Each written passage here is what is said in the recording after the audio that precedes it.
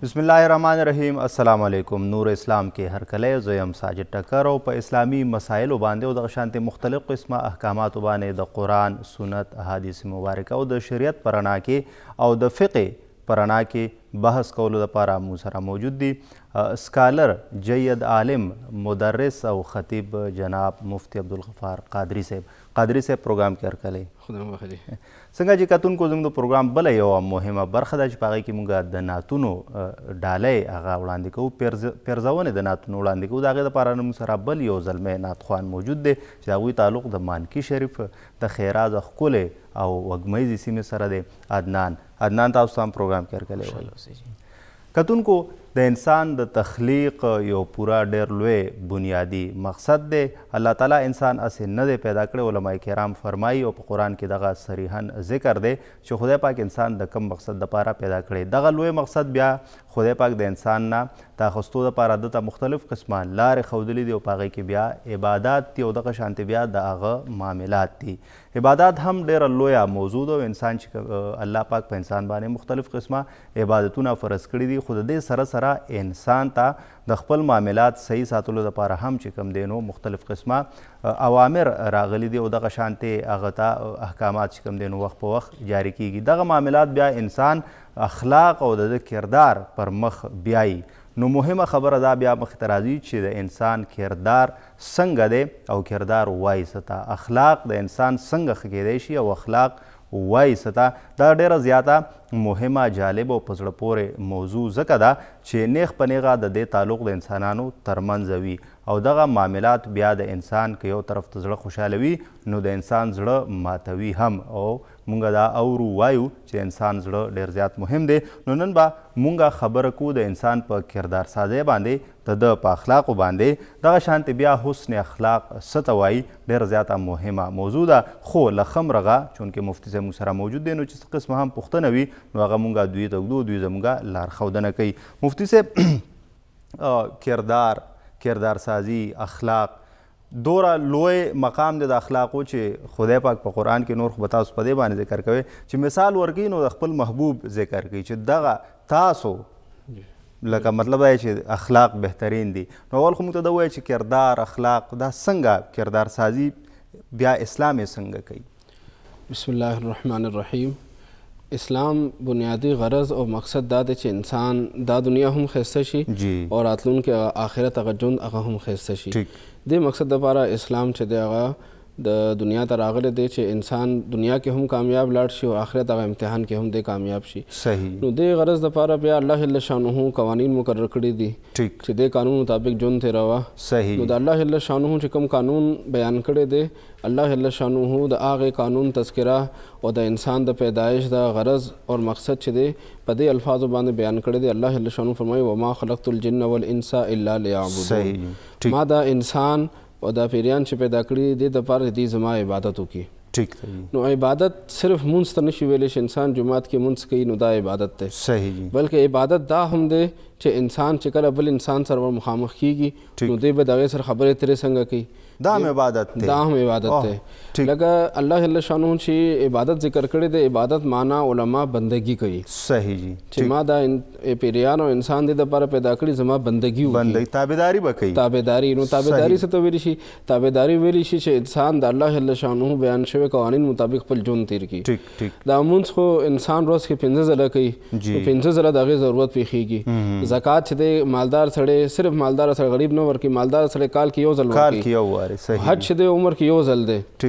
او دغه شان د روژې په کال کې بالغ سړي باندې، روغ رمټ سړي باندې، مقیم سړي باندې میاشت کې کال کې یو میاشت روژه فرض ده. بالکل. خو یاد ساتئ دغه اخلاق او کردار دار سحر را پاسېدو نه واخله تر شپې او د کېدو پورې زرګونو پیرې د هغې ضرورت پیښیږي. واه نان سټاپ دی. نو دا داسې عبادت دی چې د دې دپاره ټایم نشته، د دې دپاره موقع نشته چې کله انسان یخ دی انسان خلکو سره ملاویږي نو د دې د عبادت مسلسل شروع دی نو چې کله انسان د خپل د اخلاق او کردار دلته کې ټیک کی نو د دې مسلسل عبادت شروع دی لکه دغه یو عام مثال درکما چې انسان چې بل مسلمان رور سره بل انسان سره گاونډي سره خپل دفتر کې چا سره ملاویږي په مخ باندې معمولی مسکا راولي بالکل یو خندا راولي او یو ښه نرمه لهجې سره چا سره خبرو وکړي نو آقا کریم علیه الصلاة والسلام بار فرمایي چې مخ باندې مسکا راوصل او بل ته خندا سره مسکا سره خبره کول دا هم صدقه ده دا هم یو عبادت دی نو مقصد دا چې په دې باندې انسان ته د عبادت او د صدقې د نیک کار کولو اجر او ثواب ملاویږي نو ډېر خلک مونږ ګورو چې نن هغې پبلک ریلیشن وي خلکو سره ملاویږي خلکو سره پیښه وي سرکاري دفتر وي یا نور دفترونه خلکو لذي راځي نو دغه شان د خلکو ته خو زرګونو کرته چې زرګونو خلک سره ملاویږي نو زرګونو کرته دغه عبادت کولو اجر او ثواب ورته ملاوي دي شي چې انسان دا په دې ځان پوهې کړي چې زموږ په دین کې دا مسکا دا هم یو عبادت دا هم یو عبادت دی لبد امرغدا تاسو سوره بنیادي خبرو کړه مفتي صاحب حقیقت دا دی چې مونږ خو منځونو پسې منډې وو مطلب چې حجونه کوو او ورسه کوو خو هغه مطلب په ټیم دی او مطلب چې لیمیټډ دغه دی خدا 40 غنټې چې انسان ویښ وي او د دې چا سره ملاویږي نو دغه یو سلسله رواني او کو دې کتونکو یو مسکام سړی لورکي نو هغه هم عبادت ته ډېره زیاته لویه خبره ده زه خو ډېر زیات خوشحاله کړم خو ویې یارولم هم ځکه چې که اخلاق د انسان خراب وي لکه یو خو عبادت دی خو بیا مفتي صاحب موږ ګورو چې نن سبا زموږ په دفترونو کې په ګاډو کې په دوکانونو کې په بازارونو کې په سکولونو کې هر ځای کې موږ اکثر ګیلې کوو چې یاره مطلب چې یاره فلانکي له لاړم او دا خو سړی نو لکه بنیته وي یا سړی ورټي نو دغه بیا الټه لکه سړی پې ګناهګارېږي او که نه یو ښه کار نه دی بالکل زموږ د نن پروګرام غرض او مقصد هم دغه دی چې مونږ د خپل ځان کې کم عادتونه د اسلام نه خلاف دي کم خوی زموږ د دین نه خلاف دی هغه خپل ځان نه وباسو نو دا حسن اخلاق او کردار باندې دا پروګرام غرض هم دا دی چې اسلام دغه نور خلکو ته ورسي نور اسلام پروګرام په ذریعه باندې د اسلام دغه نور خلکو ته ورسي چې کله انسان مؤمن دی مسلمان دی نو د باندې مؤمن او د مسلمان نامه چې ښودل شوې ده نو پکار دا ده چې دی به خپل اخلاق خپل کردار د مؤمن او مسلمان هغه به هم جوړوي صحیح دی به ځان پوهوي چې زما څه ذمهواری دي د هغې چوکاټ نه به نه وځي کوم چې د مسلمان یو چوکاټ دی بالکل د دې باندې چې مسلمانۍ نامه ده نو دی به د مسلمانۍ هغې نامې خاطر کوي د هغې چې کوم تقاضي دي د هغې چې کوم ضروري خبرې دي په هغې باندې به عمل کوي ټول نه اوله خبره چې موږ باندې بطور مسلمان زموږ د اخلاق او زموږ د کردار دپاره ضروري خبره ده هغه دا ده چې انسان به خپل ځان د دروغ نه ساتي دروغ نه لومبی سټپ دا دی چې دروغ به نه وایي په معاملاتو کې ټول نه لویه خبره چې انسان چې کله خبره کوي رښتیا خبره به کوي او که دغه وخت کې د انسان ته دغه رښتیا نه مسله پیښیږي نو بیا د انسان دروغ نه هم ځان وساتي څنګه به ځان ساتي هغې وضاحت به تاسو بیا وروسته کومه چې انسان بیا هغې نه څنګه ځان ساتلی شي خو دومره ده چې کم از کم انسان چې کله خبره کوي نو دروغ به نه وایي ځکه چې دا د نبي علیه الصلاة والسلام مبارک ګناه کبیرو کې بیان کړی دی دروغ ویل چې دا د ګناه کبیرو کې دی او د منافق په صفاتو کې دی د مؤمن صفاتو کې دروغ نشته مؤمن دپاره صفت داسې دا به رښتیا ویونکي وي ځکه چې مونږ دغه رښتیا وګورو دا دومره لویه نیکي ده چې الله جل شانو خپل ځان دپاره د دغې رښتیا یو صفت بیان کړی دی چې من اصدق من الله حدیثه د رب نه زیات په خبرو کې به څوک رښتیا وي هېڅوک هم رښتیا ویونکي نشته نو دا رښتیا دا د الله جل شانو صفت دی او بیا دا رښتیا چې دا د آقا کریم علیه الصلاة والسلام مبارک صفت دی تاسو به پته وي چې نبي علیه الصلاة والسلام مبارک چې کله اعلان نبوت نه وکړی هغې نه مخکې به هم خلکو هغې د صادق او امین به وي بالکل شهرت د هغوی ده او خلکو پېژندل په دې باندې چې صادق او امین دی بالکل نو دا رښتیا چې دی دا د آقا کریم علیه الصلاة والسلام مبارک د اعلان نبوت نه مخکې صفت دی صحیح چې الله جل شانه دا صفت دی مبارک مخکې نه پیدا کړی نبي علیه الصلاة والسلام به همیشه رښتیا وي نو دغه بیا هغې مبارک نو صحابه کرام او اهل بیت او هر زمانه के اولیاء کرام و نیکانو اور بیا صورت النساء کې الله جل شانه په قرآن مجید سوره نساء کې د هغې خلکو تذکره کړې ده چې کم خلکو باندې خدای انعام کړی دی ټیک دی چا باندې خدای پاک کرم کړی دی خدای پاک انعام یافته بندگان د خدای چا باندې احسان کړی دی هغې کې الله جل شانه رښتیا ویونکي بندگانو تذکره هم کړې ده صحیح چې څوک دنیا کې رښتیا وایي نو دا حقیقت کې په ده باندې خدای پاک لوی احسان کړی دی لوی احسان یې پرې کړی دی چې دغه مطلب وصف یې وربخلی دی چې رښتیا وایي دا خو ډېر لوی خبرې دی مفتي صاحب حقیقت دا دی چې پیغمبر علیه صلات وسلام له خدای پاک دغه اوصاف ورکړو نو حقیقت دا دی چې د ډېر لوی فضایل دي بیا مونږ راځو چې یاره مطلب دا دی چون کې یو ماشوم پیدا شي او د هغه بیا تربیت کیږي نو مختلف قسم مور او پلار هم دا غواړي او خلک ټول چې څومره د هغه رشتهدار یا استادان یا علما کرام نو هغوی په دې باندې زور راوړي چېرې د ماشوم اخلاق دې ښه وي د کردار دې ښه وي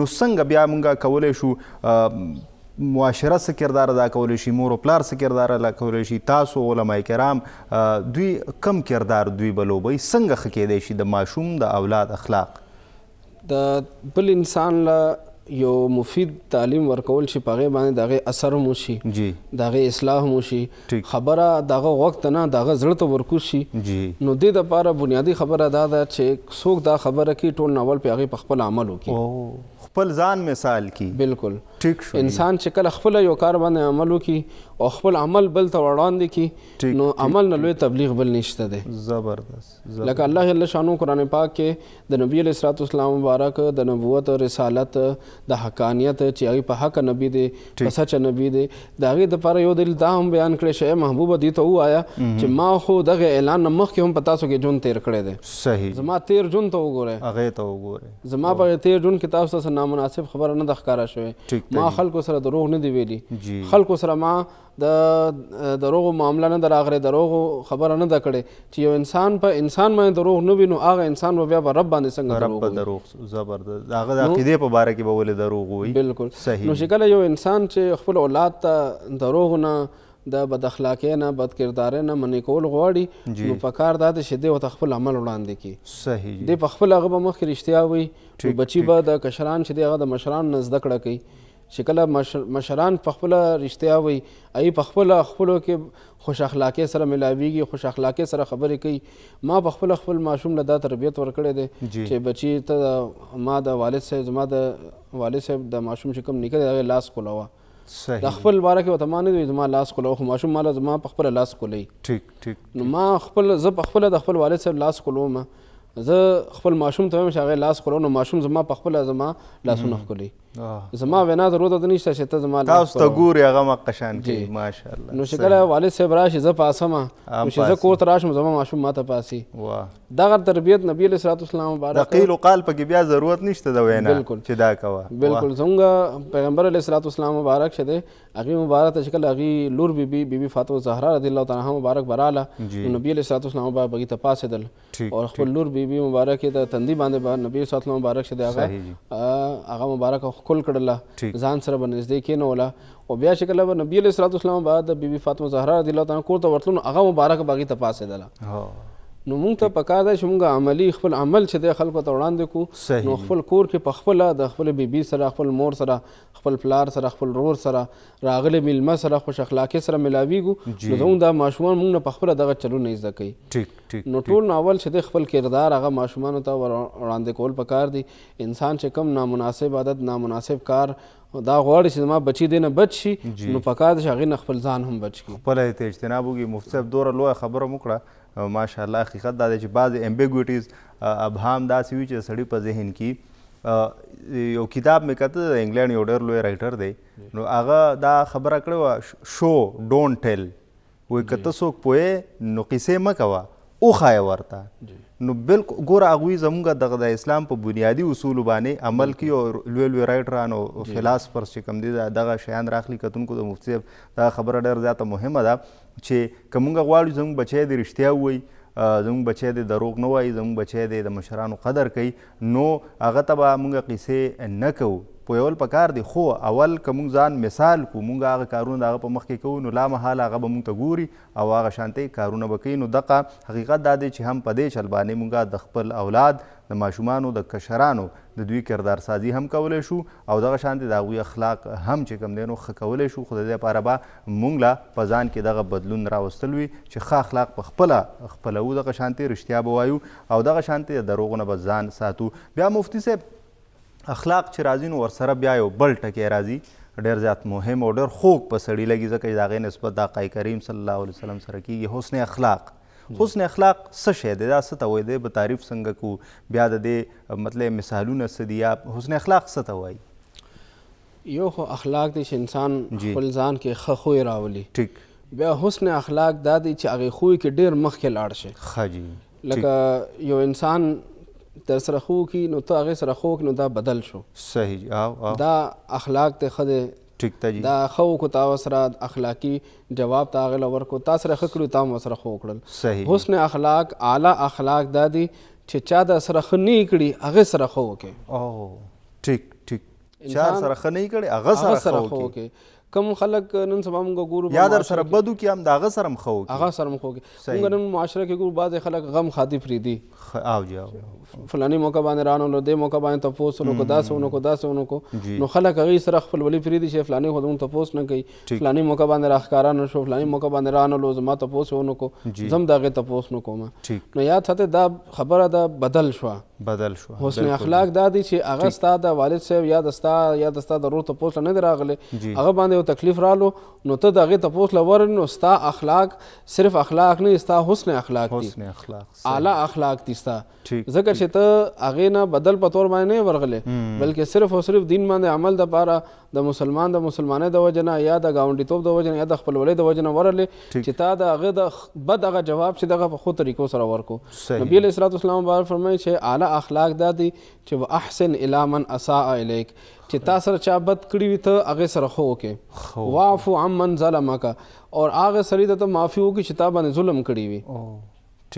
کوم سړی ظلم کړي نو خلک ظلم هغه بدل چې دغه په ظلم سره اخلي. بالکل جی. نو دغه شانته کس ته معافي کول چې دا حسن اخلاق دي، دا لوی اخلاق دي، دا اعلی اخلاق دي چې چا ښه نه کړي هغې سره ښه کولو. صحیح جی. چې چا ښه کړي هغې سره ښه کول خو دا خو ځناورو مونږ ګورو. بالکل هغه خو صرف بدل شو، هغه خو ځناورو چې لږ شانتې پوهې پکې هغې سره څوک ښه وکړي، سپي ته څوک روټۍ واچي نو سبا چې هغې نه ګیر چاپې ګرځي نو هغه ته نه ګیر چاپې تاویږي را تاویږي.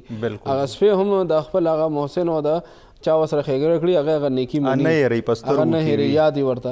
نو انساني شرف او انساني مرتبات او انسانیت هغه لوی مقام او لوی کار خدا ده چې چا د سره ښه نه کړي هغې سره ښه وکړي. دغه حسن اخلاق دغه حسن اخلاق دی. نبي علیه الصلاة والسلام مبارک ژوند ته نظر واچولو، نبي علیه الصلاة والسلام مبارک مکې مکرمه چې کله فتح کړله، مکه مکرمه فتح کېدو باندې هغه خلک مخامخ ولاړو چې کوم خلکو دوی مبارک د خپل کلي نه هغه هجرت ته مجبوره کړي، هغه خلک مخامخ ناستو چې دی مبارک د شهادت د وجلو د شهادت هغه ارادې کړې وې، دی مبارک باندې ظلمونه کړو، دی مبارک باندې زیاتې کړې وې، خو نبي علیه الزامونه یې پرې لګولي وو، خبرې ورپسې کړې وو، دومره لوی شخصیت هر قسمه تکلیف رسولی، خو هغې مبارک هغه ټول خلک معاف کړل.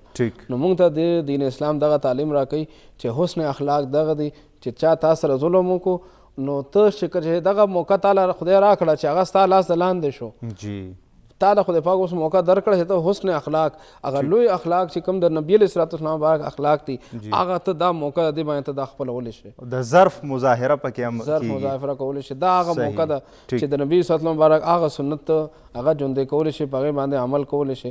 دا یو موقع ګڼل پکار دی. نن سبا چې خلک معمولي یو بل سره څه خبرې ترې راشي، خبرې یو بل سره تیزې شي نو ټول عمر دپاره ورته غم خاطي پرېږدي. نو دا د نبي علیه الصلاة والسلام مبارک اخلاق نه دي، دا د یو مؤمن صفت نه دی. مؤمن صفت دا دی، د مؤمن اخلاق دا دي چې که دغه شان څه کار ته نه وشي نو هغه انسان ته بیا د خدای رضا لپاره معاف کول پکار دي. صحیح جو. دا ډېر لوی وصف دی، بالکل حقیقت دا دی مفتي صاحب چې یو سړی تا سره بد وکړي، و سړی په تا ظلم وکړي، د هغې باوجود ته د هغه سره ښه کړي، هغه ته عفو کړي، هغه بخې، یا مطلب یو سړی تا ته پانسې ته ورته پاسې، یو سړي په تا الزام ولګو ته یې بخې چې پرېږده، نو دا خو حقیقت دا دی چې فطري طور انسان کمزوری دی.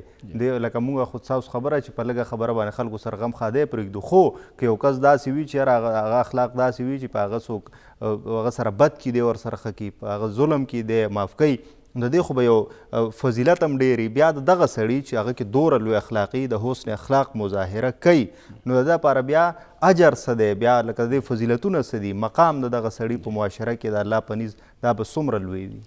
د یو حدیث پاک کې نبي علیه الصلاة والسلام مبارک د هغې اجر بیان کړی دی چې کوم انسان اخلاق ښایسته وي دغه شانته خوش اخلاقۍ مظاهره کوي خلکو سره.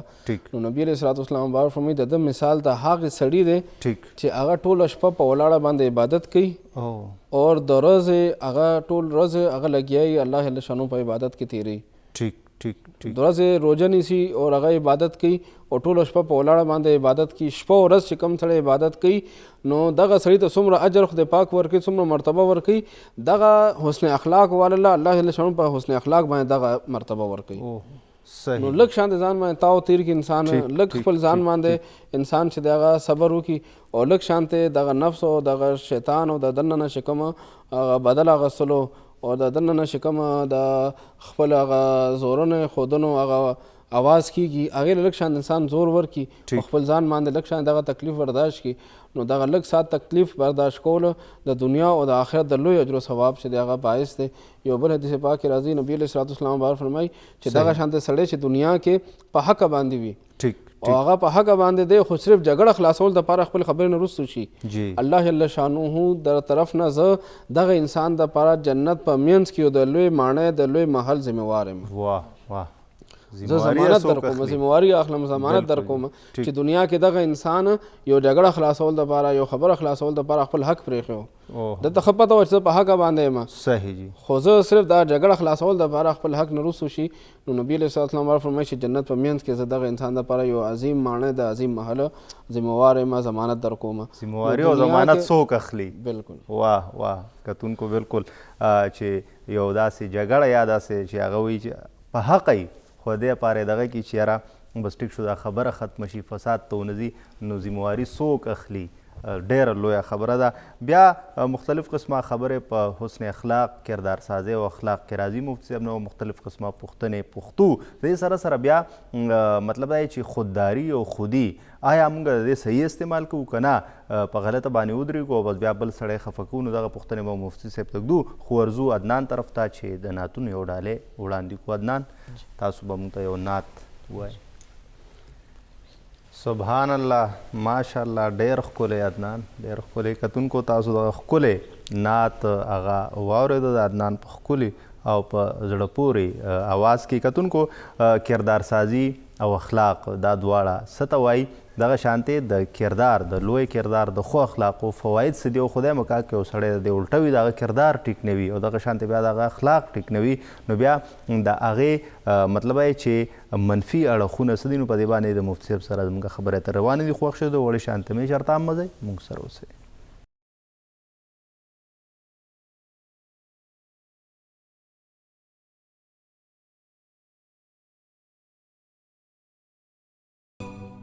جی کتونکو نور اسلام کې یو وارې بیا هرکلی کتونکو مفتي صاحب موجود دی او نعت خوان عدنان هم موږ سره موجود دی او موضوع نن ډېره زیاته مهمه ده.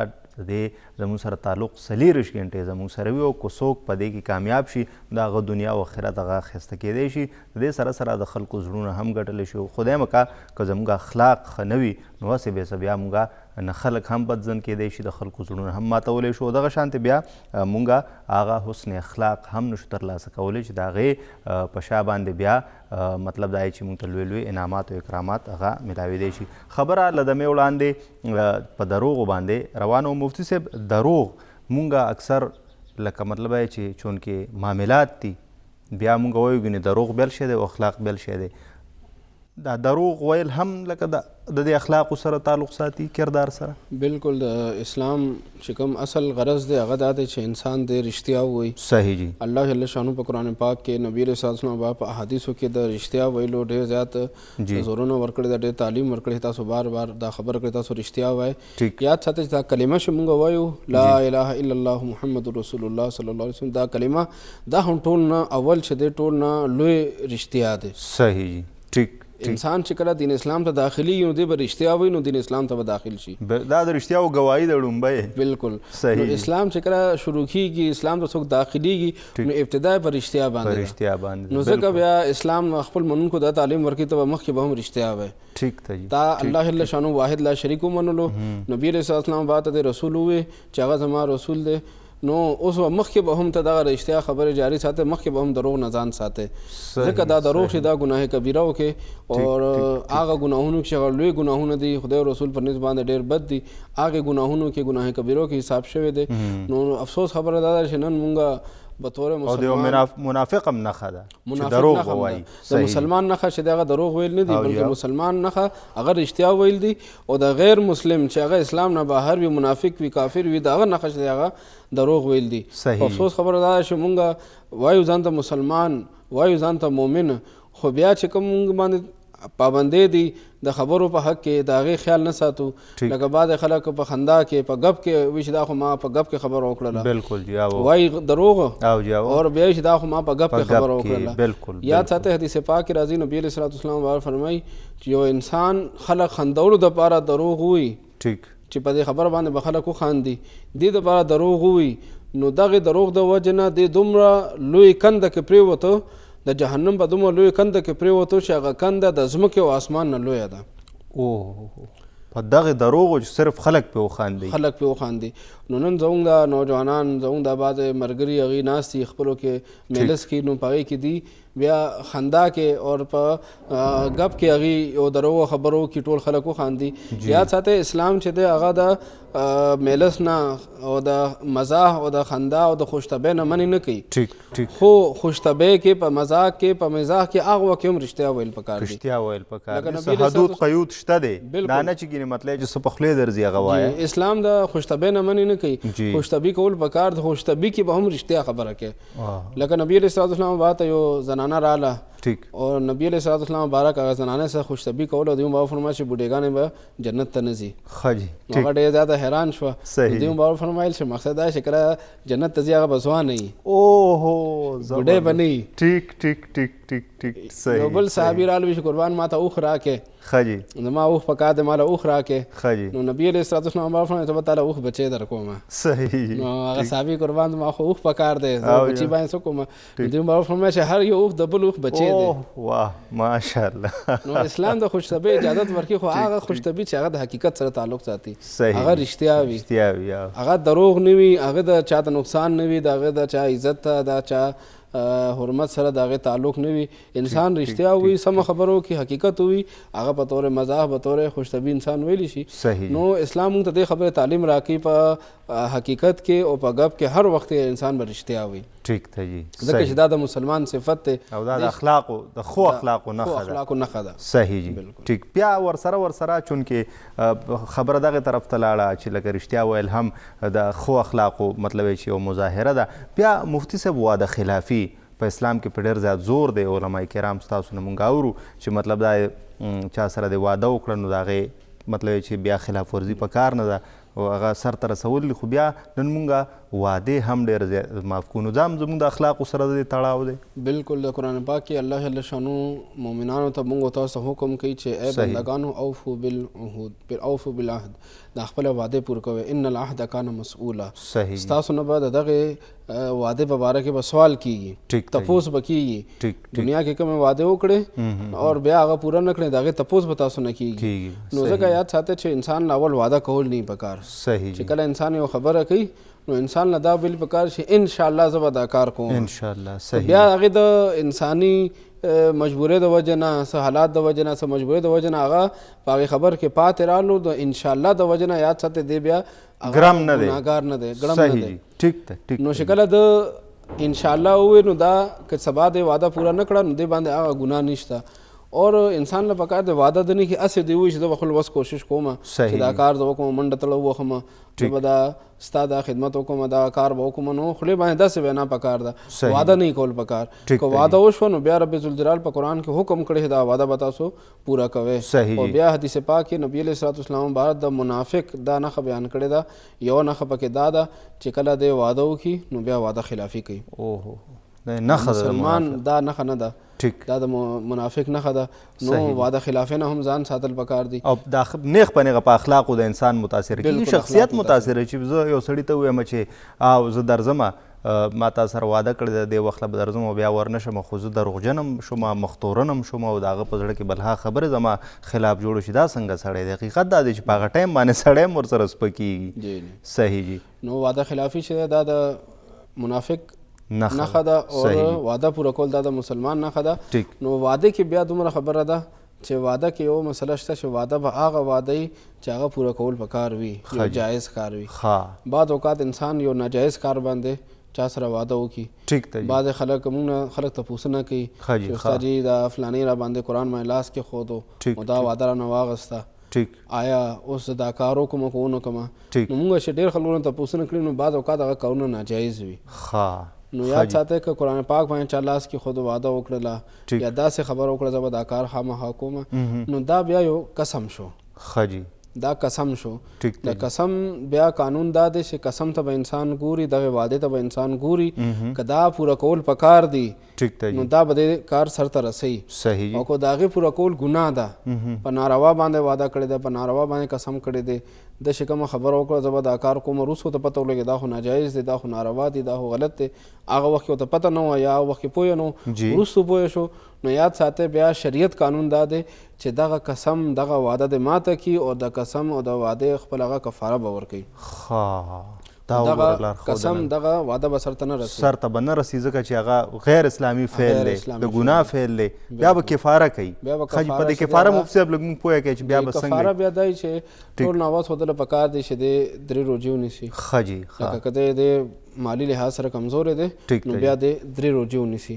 او که مالی لحاظ سره مضبوط دی خدای پاک له بس توفیق ورکړی دی پیسو نه ښه دی نو 10 مسکینان 10 غریبانان ته 2 ټیمه روټۍ ورکړي. ښه جي ټیک شو. که پیسو نه ښه دی خوراک دا دویم کفاره طریقه شوه. دا د مالدار صاحب حیثیت چې پیسه ورسره هغې دپاره ده چې دی به 10 مسکینان ته 2 ټیمه روټۍ ورکوي نو هغې دپاره روټۍ به هم هغه وي چې عام حالت کې انسان کور کې خوري. ښه جي. لکه یو خو واده کې انسان ښه قیمتي هغه خوراک کوي هغه نه چې نارمل کوم درمیانه خوراک عام طور باندې کور کې هغه کوي نو 10 مسکینان باندې به دغه شانته روټۍ وخوري او یا دا به 10 مسکینانو ته 10 جوړې واخلي او یو جوړه به یو کس له ورکړي. ښه جي ټیک. او که چېرې دا بس هم نه کېږي روټۍ هم نشي ورکولی 10 جوړې هم نشي ورکولی نو بیا دی غریب دی دی وس نه کېږي نو دی بیا 3 روژې ونیسي نو دا د دغې قسم کفاره شوه. خو هغې دپاره ضروري خبره دا چې اول به هغه کار کوي قسم به مات کړي نو بیا به کفاره ورکوي. صحیح. که مخکې کفاره ورکړه لا قسم نه دی مات کړی هغه خبره نه ده ماته کړې مخکې کفاره ورکړه نو یاد ساتئ دا خیرات شو دا صدقه شوه چې اول به یو ځل هغه کار وکړي قسم به مات کړي هغې نه وروسته به بیا دی هغه کفاره ورکړي نو بیا د ده غاړه خلاصېږي. صحیح. نو یاد ساتئ چې موږ ډېر خلک وایي چې یاره ما قسم کړی دی ما جبه کړې ده ما خو دا غږ کړی ده ما وینا کړې ده اوس به څنګه ترې وروسته کېږم دا یاد ساتئ چې شریعت موږ ته دا قانون ښیي دین موږ ته دا قانون ښیي چې څوک دغه شانته وعده دغه شانته قسم وکړي که قرآن باندې لاس ولې نه ایښي دغه صورت کې هم دی به دغې کار ته ګوري دا کار کول ښه دي که نه کول ښه دي. که کار کول ښه دي قسم ماتول ښه دي نو دی به قسم ماتوي. صحیح جي. او که قسم ماتول ښه نه دي کار کول ښه دي بیا ترې ځان وساتي بیا د خبره سرته ورسي. صحیح. او بیا د کفاره نه ورکوي. ټیک دا ډېره ښکلې خبره تاسو مفتي صاحب وکړه حقیقت دا دی چې یو ټکی پکې زموږ دپاره ډېر نوی دی مونږ خو وایو چې ګینې بس واده وکړو که ماته شو بس لاړه راله. بیا مفتي صاحب لږ 2 سواله دي زما اوس د ذهن ته راغلل ځان پوهومه کیدای شي د کتونکو دپاره هم ډېر زیات دغه وي دا وعدې څنګه خلکو نه اخیستې کي آیا دا په خولې باندې چې یو بس واده شوه په قرآن لاس کې ایښودل وي یا خلک په یو بل له طلاقونه کیدي مخې ته بیا خدای مکه یو جایز کار دی هغې ما واده کړې ده خو زه یو ځای کې انتهایي زیات مجبوره شوم او زه هغې ټیم له نه رسېدم نو زه به او بس واده خو چونکې لاړه نو بیا به هم زه کفاره کومه خو اول دغه پوهه کې چې دا واده خلک څنګه اخلي دا په خولې وي په قرآن به لاس کړي او که مجبوری کې پاتې شو نو بیا هم کفاري دا واده چې د خولې باندې انسان یو مضبوطه خبره وکړي چې یاره زما ستا سره واده دا کار به زه کومه او جی واده نه مراد دا چې تړل یو خبره چې یا زه به دا ما تا سره دا خبره وتړله ما تا سره دا خبره مقرره کړه ما تا سره خبره دا زما او ستا ترمنځ دا خبره وشوه دا کار داسې ټیک شو او د مؤمن خو صفت دا دی چې دروغ وایي نه. جی. ښه جي. او که چې قرآن پاک باندې لاس کې ښودل شو یا دا کوم خلک چې خدای دې نه کړي دا طلاق اچول هم بعض خلک کوي نو یاد ساتئ دا کار نه کول پکار. ټیک. که قرآن پاک باندې لاس کې ښودو نو دا بیا قسم کې رالو ښه دا قسم دا بیا قسم شو. ښه جي. یا والله پکې ووایې خولې باندې چې زه به دا کار کوم اوس دا قسم شو. ښه جي. نو دغې صورتونو کې بیا دا واده هم ده او سره قسم هم دی. ټیک دی جي. نو واده که صرف ماته شوه نو په هغې باندې صرف انسان توبه وباسي خدای پاک نه معافي وغواړي او که د هغه انسان سره دغې واده تعلق وي هغې نه د معافي وغواړي خو نور کفاره نشته. ښه جي. او که چېرې والله ټکې پکې وي زه به دا کار کوم یا قرآن باندې لاس کېښودو او دا خبره زه به دا کار کوم نو اوس دا اوس صرف واده نه ده دا اوس یو قسم هم دی. دا کفاره په قسم باندې ده. ټیک شو. کفاره چې دا په قسم باندې ده. ښه جي. قسم چې دی هغه بیا په والله ټکې باندې هم راځي. ټیک شو. د الله په ذات مې قسم وي خدای پاک ذات یا صفاتو باندې نو دی باندې قسم کول پکار دی. دا بعضې خلک وایي ستا په سر مې قسم وي او بچو په سر باندې قسم وي یا ته په دې باندې قسم نه کیږي. صحیح. دا قسم منې هم ده ټیک ته دا شانته قسم دا منع هم د داسې قسم نه نبی صلی الله علیه وسلم منع کړی ده چې داسې قسمونه به نه کوئ غیر الله باندې خدای پاک نه، خدای پاک د ذات د لفظ الله او د هغې د صفات نه باسوا بل چا باندې قسم نه کول پکار. دا مفتي صاحب دا ډېر زیات مهمه خبره پکې مخې ته راغله چې قسم په څه کېږي، د کم قسمه قسم چې کوم دی نو هغه اجازت شته، د کم نشته، په کوم باندې سړی ګناهګاري کتونکو دا خو ډېر ښه موضوع ده. په دې مفتي صاحب سره خبرې کوو، ډېر ښکلې خبره پکې مخې ته راغله. دا زموږ دپاره ډېر زیات مهمې خبرې، ځکه چې موږ په نه څه خبره باندې لګیا یو، د هغه په سر قسم دی او د په سر قسم دی او هغه قسم دی او دا قسم دی، خو خبر نه یو د دې د زجر نه چې منع ته کړی شوی ده. نو مفتي صاحب سره به د دې قسم حوالې سره خبره هم جاري ساتو. خوښ شوی د وړې شان دمې چېرته هم مه ځئ، موږ سره اوسئ.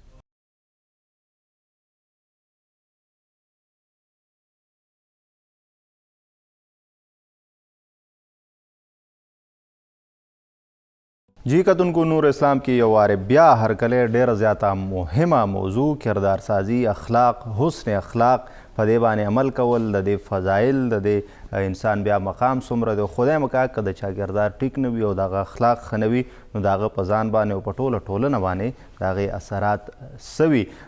له دمې وړاندې پکې یو ضمني غوندې خبر راغلی ده چې قسم خوړل. مفتي صاحب دا ډېره زیاته لویه ژوره موضوع ده، چونکې دې تعلق زموږ د 24 غنټې سره د ګاګ دوکاندار، پرنسپل، استاد، مطلب سټوډنټ، زده کوونکې، مدرس، مطلب چې بیا زده کوونکې مدرسه کې، کالج کې، هر ځای کې د دې یو قسم لا تذکره او ذکر راځي او بیا په عمل کې هم موږ راځي کمزوري او قسمونه خورو. نو کم قسم دا هغه قابل زجر دی، کم قسم داسې دی چې لږ پوست دی، د څه پې نه وایي. که لږه ښودنه وشي نور په دې به انشاءالله یو پوره پروګرام کوو.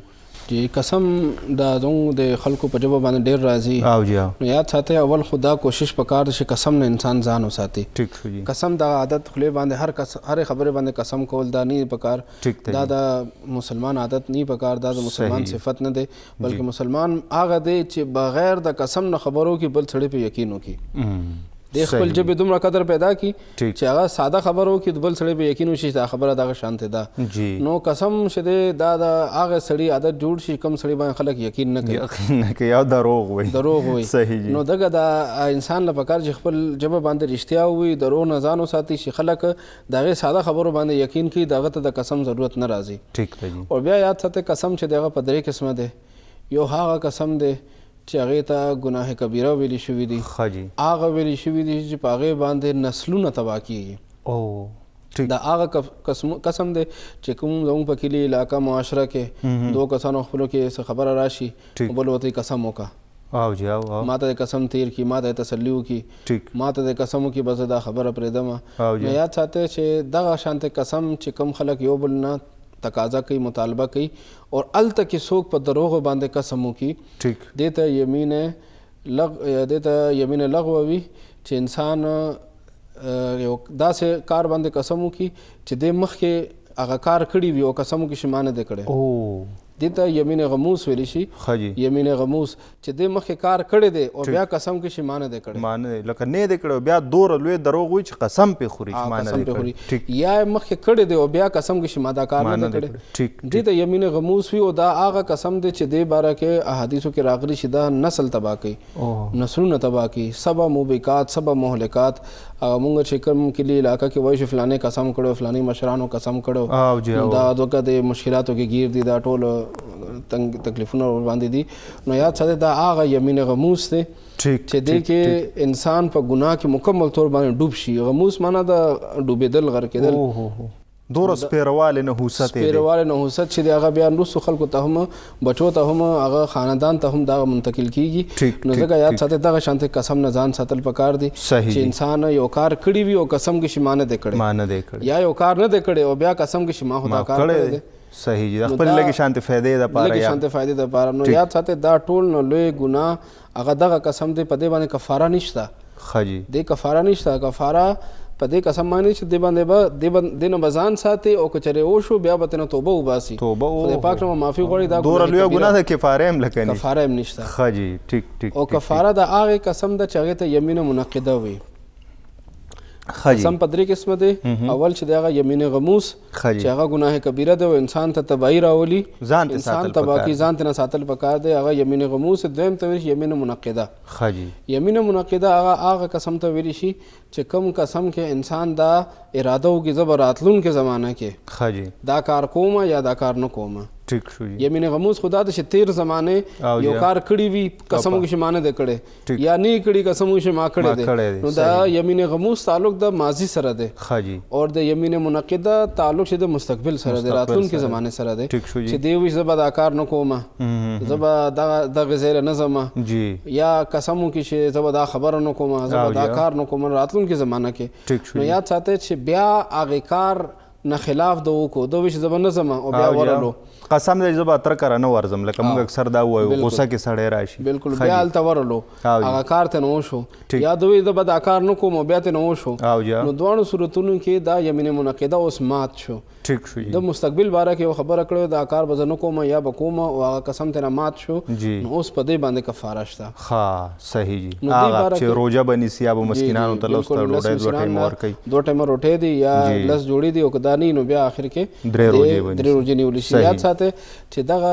یمین منعقده چې دا اکثر زموږ خلکو عادت جوړ شوی دی. بالکل جی عادت دا زه به دا کار داسې کوم، زه به دا کار داسې کوم، بیا هغه کار ته نه اوم شي هغه قسم ته نه مات شي، نو بیا خلک کفارو طرف ته نه ځي، هغه ته نه هیر شي. نو یاد ساتئ چې کله دغه شانتې مسله خلکو ته پیښیږي او بیا هغې نه قسم پاتې شو، هغې نه کفاره پاتې شو، هغه جبیره هغه چې کوم د هغې په عوض کې شریعت مقرر کړو هغه کار یې ونه کړو، نو بیا دغه انسان ته بعض اوقات بیماری مشکلات دا ورته پیښیږي.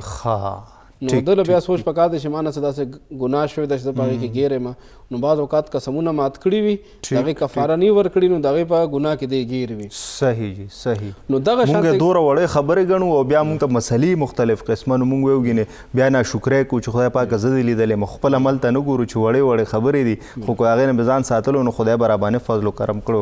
ډېره زیاته مهمه خبره ده. بالکل د یمین منعقده کې بیا انسان به ګوري نظر اچوي چې دا اوس کار ښه دی، نو بیا به قسم سر ته رسوي، قسم به نه ماتوي. صحیح جي. که هغه کار کول او قسم ماتول ښه دي نو بیا به قسم مات کړي، هغه کار به وکړي او بیا به د هغې کفاره ورکوي. نو دغه یمین منعقده کې به دې سوچ کوي چې دا کار کول ښه دي او که نه کول ښه دي، نو بیا به هغې قسم ته ګوري. قسم ته به نه ګوري چې یاره قسم ماتول ګناه ده. صحیح. که چېرې قسم ماتول پکار دي نو بیا ماتول دا د شریعت حکم دی، بیا به ماتوي، بیا به دا خبره نه ټینګوي چې ما خو قسم کړی دی، ما خو قرآن ما لاس ایښی دی، ما خو دا خبره کړې ده، زه به څنګه قسم ماتوم. نو داسې قسم سر ته رسول ګناه ده، بلکې داسې قسم ماتول او بیا د هغې کفاره ورکول دا د شریعت دی. دا شریعت ټیک شو جي. صحیح. او دریم چې دی هغه قسم دی چې هغه زموږ ستاسو په ژبه باندې راځي، هر وخت خلک ژبې باندې هغه قسم دی دا فلانې هلته لاړو قسم دی داسې شو قسم دی، هغه خلک قسم کول اراده نه وي، ټیک قسم هغه مقصد نه وي چې زه قسم کوم، تکیه کلام جوړ شوی وي. نو دغه شانتې قسم ته علما فرمایي چې دا یمین لغوه دی، دې نه هم ځان ساتل پکار دی. خو که چېرې یو انسان دغه قسم ټکې د ماضي په کار په باره کې ووایي چې دا کار ما کړی دی او هغه نه یې کړي، نو بیا دا یمین غموس شو. دا ټول نه لوی قسم ټول نه خطرناک قسم هغه دغه دی. کلي ولسونه نسلونه بربادوي. او دویم چې د هغه بیا یمین منعقده دی چې راتلونکي زمانه کې زه به کوم یا به نه کوم، نو هغې دپاره شریعت دا قانون دی چې هغې کار ته وکړه، کار ښه دی نو وکړه، قسم سر ته ورسوه، او که کار ښه نه دی نو بیا مات کا، کفاره ورکه، دغه چې د هغه شریعت حکم دی. دا دریم قسم نه هم ځان ساتل پکار دی چې انسان تکیه کلام جوړ کړي او انسان دا ژبې باندې دغه خبرې راولي، دی نه بالکل ځان ساتل پکار دی. زموږ چونکې مفتي صاحب انشاءالله په دې قسم به دا چونکې ډېره لویه موضوع ده او تاسو څنګه وویل چې نسلونه تباه کوي او دغه شان بیا پکې شریعت مخې ته راځي او بیا مطلب زموږ عادتونه پکې راځي درې واړو قسمونو کې، نو په دې به انشاءالله یو پروګرام کوو کله. خو نن زموږ چونکې موضوع کردار سازي د اخلاق دي او په هغې باندې موږ خبرې کوو چې د انسان اخلاق ښه وي نو د هغې فایده څومره وي.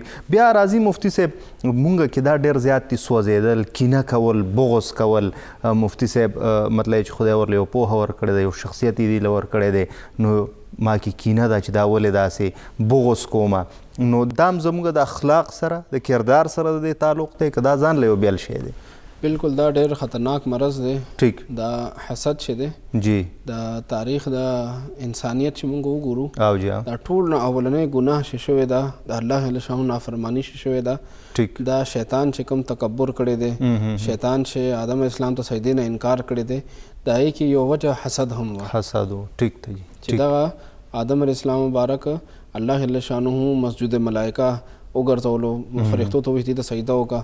ټیک. نو دغه شیطان چې سجده نه وه کړې نو هغې کې یو وجه حسد هم وه. حسد و. نو د اولني ګناه وجه چې دغه حسد هم را روان دی، چې ټول نه ابتدا کې اولني ګناه د حسد د وجه نه شوی. صحیح جی. دا حسد دومره لوی بیماری ده او حسد اول پیژندل پکار چې حسد وایي څه ته. او جی انسان په خپل ځان کې نظر واچي چې دا ما کې شته او که نشته. ټیک. نو دا حسد دې ته ویلی شي چې انسان کې دننه داسې جذبه داسې سوچ پیدا شي چې بل چا سره یو ښه شی وویني. ټیک. اور دې دا ارمان وکړي، دا کوشش، دغه سوچ یا دغه نیت وساتي چې دغه شی د نه واخلم او ځان ته کړم. ځان خدا حسد دی. دا حسد دی چې بل چا سره یو نعمت سو دی پې نه راځي پښتو کې مونږ وایو. بالکل بالکل. ښه جي. نو دغه شانتې یو ښه شي چا سره وویني، ښه صفت، ښه عادت، مال، دولت، عزت، شهرت چا له خدای څخه ښه شی ورکړي نو دی په هغې باندې خفوي او دغه اراده او نیت کوي چې زه د هغې نه واخلم او ځان ته کړم. ټیک. نو دغه سوچ، دغه نیت، دغه جذبه او دغه اراده ته حسد ویلی شي. حسد وایي. صحیح. یاد ساته دا حرام دی. دا حسد، دا جذبه، دغه سوچ دا حرام دی او دومره خطرناک حرام دی چې نبی علیه الصلوة والسلام وباره فرمایي چې دا حسد دا نیکۍ داسې خوري څنګه چې اور اوچ خشاک خوري. او ښه جي. یو انسان به منځونه کوي، ټیک، تلاوتونه کوي، روژې به نیسي، دا اړ په شکال دا سخت روژې به نیولې وي، په لاکونو روپو باندې به حج کړي، جی جی زکاتونه به ورکړي، دا نیک اعمال به کړي، څه دپاره زما به آخرت کې پکار راشي. بالکل جی. او بل طرف ته په سینه کې به د حسد اور بل وي، نو دغه اور ځان سره دغه ټولې نیکۍ هغه تباه کړي وي. اوچ خشاک ته لمبکۍ یې. بالکل لمبکۍ. لکه ډېر لږ ساعت کې څنګه چې اوچ خشاک ډېر لږ وخت کې هغه اور ختموي، نو ما دا چې د حسد چې انسان کې راشي دا دومره تیزۍ سره دغه نیکۍ تباه کوي. نو ځکه دغه حسد نه ځان ساتل پکار دی. دې په مقابله کې یو بل صفت دی چې د هغې اسلام خپل منونکو ته تعلیم ورکړي چې دغه صفت ځان کې راولي، هغې ته غبطه وایي. ګوره دوره کمپلیټ، دوره پرفیکټ، دوره مکمل هغه ضابطه او قاعده د اسلام چې حسد ښه شی نه دی، مې کوئ نو ورله متبادل ورکوي. متبادل ورکوي، غبطه. او موږ ورته رشک هم ورته ویلی شو. ښه، غبطه. غبطه ورته عربۍ کې وي او په اردو کې ورته رشک ورته وي چې لکه ته بل چا سره یو ښه نعمت ووینې او الله جل شانه نه سوال وکړي چې خدای پاک هغې له دې ورکړی دی مال هم راکړې، هغه سره دې وي او خدای پاک ته قادر ذات دی هغه له دې ورکړي دي مال هم راکړې. ټیک ټیک. نو دغه جذبه دې ته غبطه ویلی شي، دغه رشک دی. نو دې اسلام اجازت ورکوي انسان دا کولی شي. او بیا یو اهمه خبره چې دغه حسد نه که خدای دې نه کړي زموږ د کتونکو اردونکو په زړه کې د چا کې دا عادت موجود وي، چا کې دننه باطني دغه مرض موجود وي، نو دې نه بیا خلاصېدو علاج او طریقه څه ده نو هغه به نن بیان کړو چې بالکل به دا بیان کړو. بالکل چې حسد که د حسد اور د انسان په زړه کې بلي او د حج ثوابونه هم د سره دي کړی دی، منځونه دي، نفلونه دي، نوافل دي، روجې دي، زکاتونه دي، هر څه دي، خو که خواته ورسره حسد دی نو هر څه لمبکۍ. نو دغه حسد نه بچ کېدل څنګه پکار دي دا ډېر زیاته مهمه پوښتنه ده. په دې به مفتي صاحب سره بحث کوو، خو وخت له وړه شندمه چېرته هم مه ځئ، موږ سره اوسئ.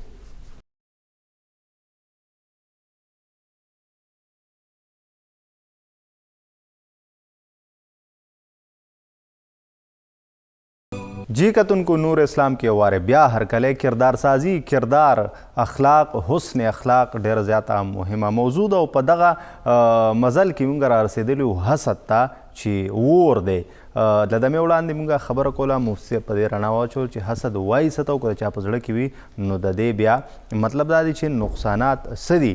بیا موږ خبره کوله چې د دې نه به ځان څنګه بچ کړو. مفتي صاحب ډېره زیاته مهمه خبره ده، حسد خو ډېر زیات خطرناک شی دی، نو ځان به څنګه بچ کړو د دې اور نه چېرې دا زموږ نیکۍ خرابې نه کړي. دا اور موږ کلي معاشره کې خلکو کې ګورو، دا ډېر خلکو کې بل وي جی، او دا داسې یو بیماري ده چې باطني بیماري ده. ټیک ده جی.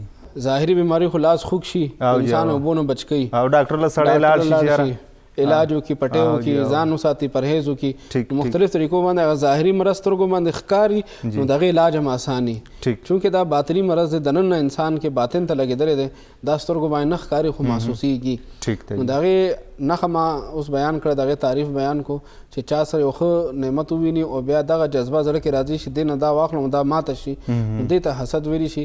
نو دغې حسد علاج بیا علماو دا بیان کړی دی چې د کوم یو انسان په باره کې دغه انسان په زړه کې حسد راغلی دی چې فلاني تربور سره خو موټر دی هغه په موټر کې ګرځي راګرځي دوه چته بنګله جوړه کړې ده او هغه خو کاروبار فلاني دی ته ورسېدو بچي کامیاب شو داسې شو داسې.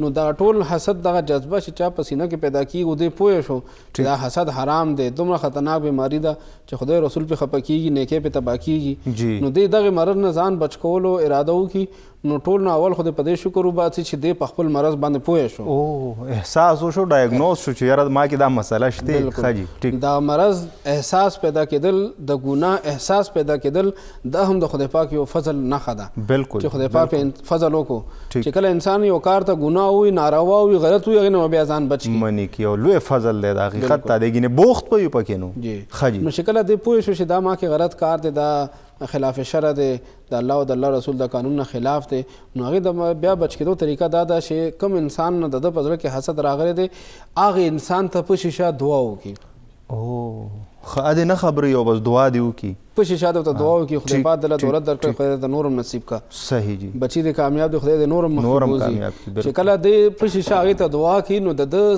باطن نه دغه حسد هغه اور مړ کېږي.